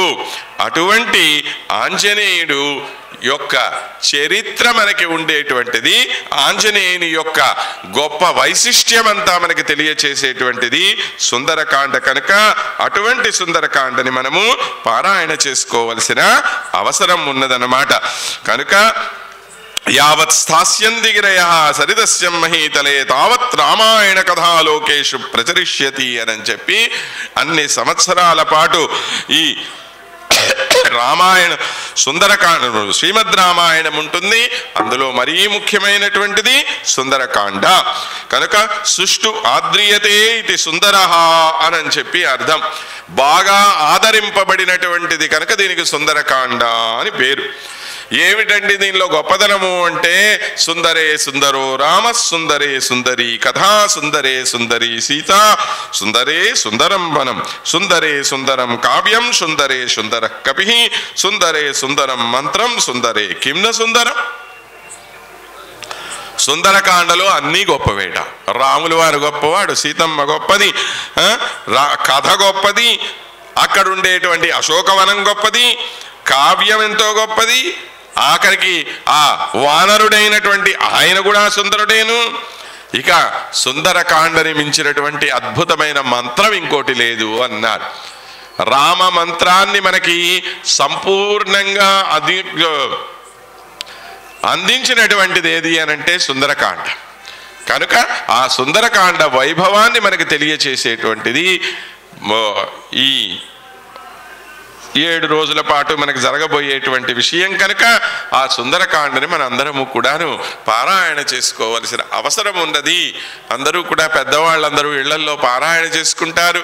సరే, పారాయణ చేసుకోవటానికి అవకాశం లేనటువంటి వారు కనీసం ఈ ప్రవచనం వినటం ద్వారా అన్న సుందరకాండలో ఉండేటువంటి గొప్పదనాన్ని మనం అందరము కూడా తెలుసుకోవలసినటువంటి అవసరం ఉన్నది అని చెప్పి ఒక్క కథని అలా ప్రారంభించి పూర్తి చేసేద్దాము.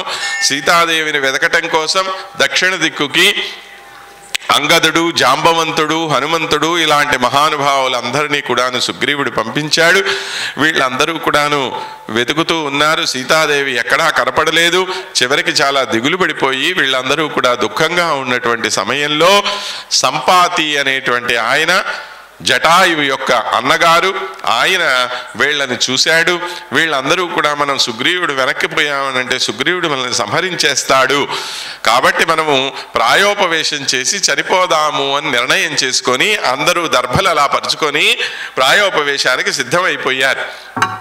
ఆ సమయంలో సంపాతి చూశాడు వీళ్ళని.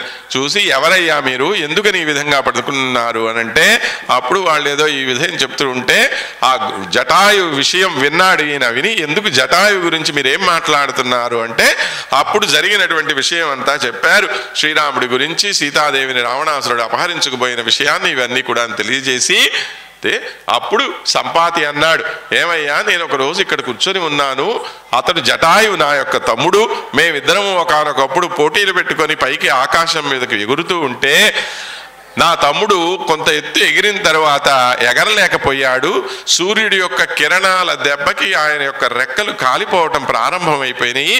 అందుకని అతన్ని తప్పిద్దామని నేను అతని పైకి ఎగిరి నా రెక్కలు అడ్డం పెట్టేసరికి జటాయు రక్షింపబడ్డాడు. కానీ నా రెక్కలు కాలిపోయి నేను కింద పడిపోయాను.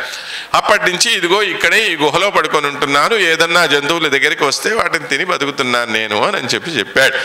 నా తమ్ముడికి ఏమయ్యింది అని అంటే, ఇదిగో ఈ విధంగా రావణాసురుడు సంహరించేశాడు అని అంటే, అప్పుడు ఈయన అన్నాడు, ఓ ఆ రావణుడా, అయితే అవతలు ఉండేటువంటి లంకానగరంలో ఉంటాడు అతను. ఒకరోజు ఒక స్త్రీని ఎవరినో అపహరించుకొని పోతున్నటువంటి శబ్దాన్ని నేను విన్నాను, కాబట్టి ఆ సీతాదేవి తప్పకుండా అక్కడ ఉండి ఉంటుంది అని చెప్పి, ఎంత దూరం ఉంటుంది అని అడిగారు.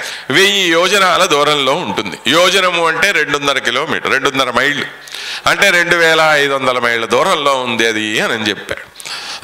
అంత దూరం ఎవరు వెళ్ళగలుగుతారు?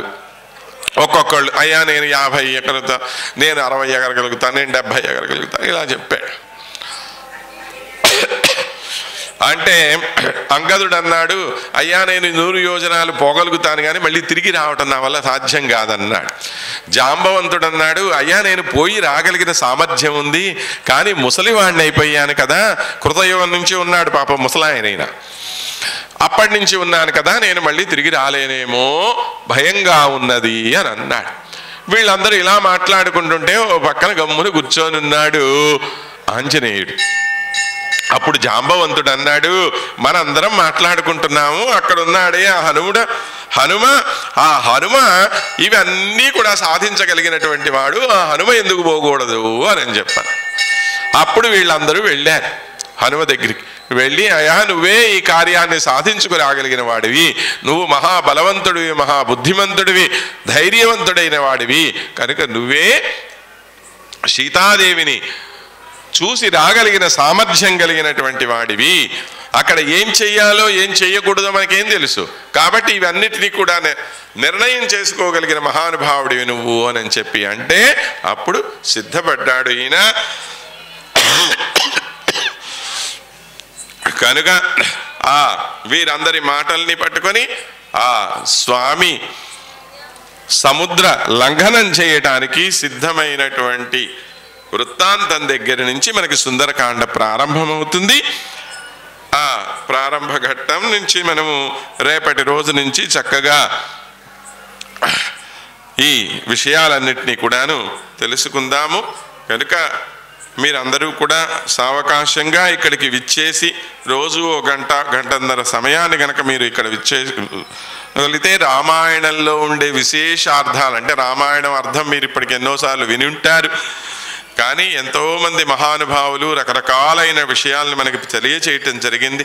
ఆ పెద్దలందరి ద్వారా తెలుసుకున్నటువంటి గొప్ప గొప్ప విషయాలన్నింటినీ కూడా క్రోడీకరించి తక్కువ సమయంలో ఎక్కువ విషయాన్ని చెప్పాలి అనేటువంటి ఒక తాపత్రయంతో మేము ఉన్నాం కనుక మీరందరూ కూడా దాని యొక్క లాభాన్ని పొందుతారు అని చెప్పి ఆశిస్తూ ఈ చక్కని మనకు అవకాశాన్ని కలగజేసినటువంటి ఆ శ్రీరామచంద్ర ప్రభువుకి అనేక కృతజ్ఞతలు తెలియజేసుకుంటూ వారి యొక్క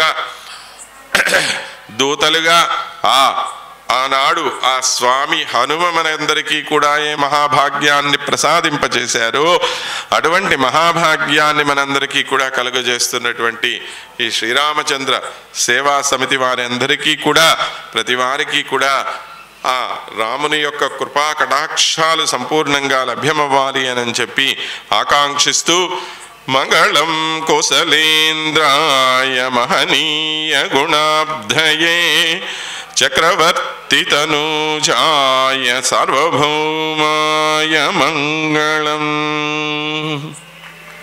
ఓం స్వస్తి. పణితాత్ములు ప్రతి దేవాలయంలో పెద్దలు వారి చేత ప్రవచనాలు చెప్పిస్తుంటారు. అది సముద్ర తరంగం వలె ఉంటుంది.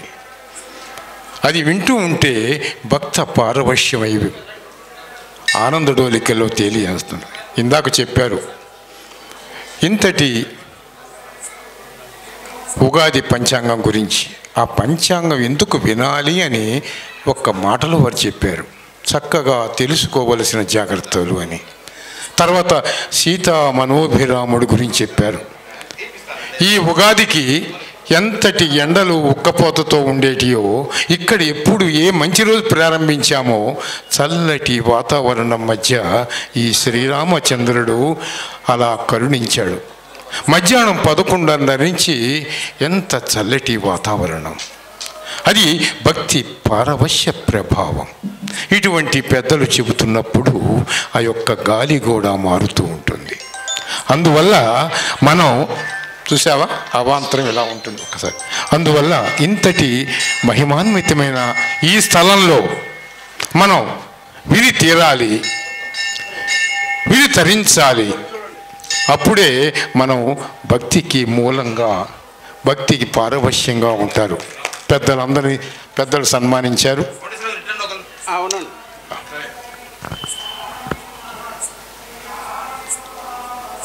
ప్రతి నిత్యం ఇక్కడ సాయంత్రం కోలాట భజన, భగవద్గీత ప్రవచనాలు, సంగీత కచేరీలు అన్నీ కూడా ఉంటాయి. కళ్యాణ మహోత్సవం ఒక భద్రాద్రిలాగా, ఒక అయోధ్య నగరంలో జరుగుతున్న ఆనంద డోలికలు ఇక్కడ మనం చూస్తాం. తరలి రావాలి. ఈరోజు ఎందుకు జన సంచారం కొద్ది తగ్గింది అంటే పెద్దలను గమనించాలి.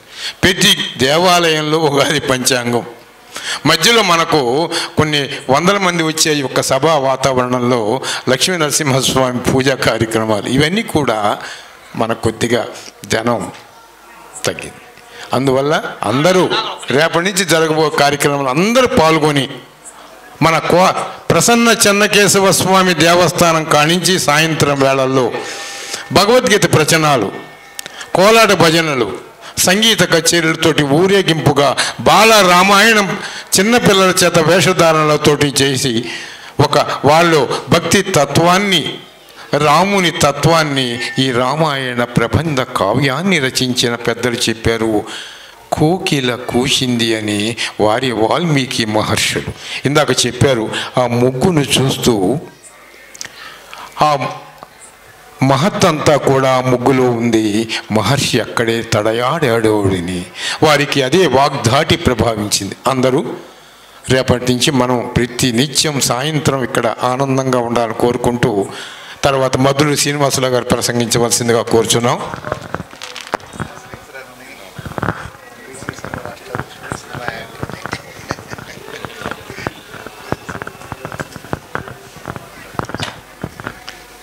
ఈ వసంత నవరాత్రుల వేడుకలు ఉత్సవములు మనం నిర్వహించడానికి ప్రధానంగా స్ఫూర్తినిచ్చినటువంటి వ్యక్తి, శక్తి డాక్టర్ రామచంద్రన్ రమేష్ కృష్ణ గారు వసంత నవరాత్రుల వైభవం గురించి మాకు చెప్పి, మనకి దేవీ నవరాత్రులు జరుగుతున్నాయి, ఇందాక చెప్పారు గణేష్ నవరాత్రులు జరుగుతున్నాయి, ప్రప్రథమంగా జరగాల్సిందే వసంత నవరాత్రులు. ఈ వైభవాన్ని ఈ సమాజానికి పరిచయం చేయాలి, మన హిందూ సమాజానికి తెలపాలని సారు ఆ చెప్పిన మాట మన మెదడులో దూరి కష్టతరమైన పనిని ఈరోజు భుజాల మీదకి ఎత్తుకున్నాం సార్. వాస్తవంగా ఎంత కష్టం అంటే 9 రోజుల వేడుకలు నిర్వహించాలంటే, అయితే ఈ 9 రోజులు అద్భుతాలే, మామూలుగా కాదు. యావత్ హిందూ సమాజం అంతా సంఘటిత శక్తిగా మారే ఇది మీ స్ఫూర్తితో టేకప్ చేసాం. అదంతా మీకే వర్తించింది, మీకే దక్కింది. ఆ స్వామివారు ఇందా చెప్పారు, ఆ స్వామివారు వస్తేనే పలికిస్తారు, నా గొంతు ఏం లేదా అన్నారు. వాస్తవమే, ఆ స్వామివారు మీ రూపంలోకి రావటం మాకు అమరసింహం గారు బీజేపీ రాష్ట్ర నాయకులు సార్ కూడా పూర్తి సహకారం. మస్తాన్ రావు అన్న, గుర్రం వెంకట్రావు అన్న, ఆ తర్వాత సంతవేలూరు కోటేశ్వరరావు గారు, సురేష్ గారు, ఆనందరావు గారు, మన కవర్తపు శ్రీనివాసరావు గారి కుమారులు ఇక్కడ ధ్వజస్తంభం వేసి గుడి నిర్మాణంలో గతంలో కీలకంగా ఉన్నారు. వాళ్ళ కొడుకు కళ్యాణ్ చక్రవర్తి గారు బాలరామాయణ నగరోత్సవం కార్యక్రమానికి ఇట్లా రామాయణాన్ని మనం నగరంలో చూపిద్దాం సార్ చిన్నపిల్లలకి వేషధారణ వేసి అంటే ఎంబడిని స్పందించి ఆయన దగ్గరకు తీసుకెళ్ళింది గుర్రం వెంకట్రావు గారు. ఆయనకు బాగా సుపరిచితులు. ఎంబడిని ఈ కార్యక్రమం నేను టేకప్ చేస్తానని అన్నారు. ఆ రోజు కూడా తమరు ప్రారంభానికి వచ్చి ఆ వైభవం గురించి తమ నోటి నుంచి 2 మాటలు తప్పనిసరిగా యావత్ సమాజానికి, హిందూ సమాజానికి తెలియజేయాలని కోరుకుంటున్నాం సార్. ఈ వైభవం తొలి అడుగు ఈ సంవత్సరం వసంత నవరాత్రులు. మన ఈరోజు ఇందాక చిరుజల్లులు బండి మా ఆటో ప్రచారం చేసే అతను, అన్న వాన పెద్దదైతేమో ఎడని చెట్టు కింద ఆపమంటామంటే నాకు అసలు సంతోషం వేసింది. వాన పట్టమే గొప్ప. మనకి ఈ గుడి చరిత్రలో ఇక్కడ వైభవం జరిగితే వర్షాలు కురిసే పెద్దల నానుడు ఉంది. ఆ నానుడు ఈరోజు నిరూపితమైంది. స్వామి శక్తివంతం తెలిసిందనేది చాలా సంతోషం అనిపించింది సార్. ఆ వైభవాన్ని కొనసాగిస్తూ మన ఒంగోలుకి లోక కళ్యాణంగా మన దేవస్థానం నిలిచేందుకు మనమందరం రామదూతలుగా పనిచేద్దామని తెలియజేస్తున్నాం. మన డాక్టర్ రామచంద్ర రమేష్ కృష్ణ గారికి ఈ కార్యక్రమం టేకప్ చేయడానికి స్ఫూర్తిగా నిలిచినందుకు ప్రత్యేక ధన్యవాదాలు సార్. Thank you sir.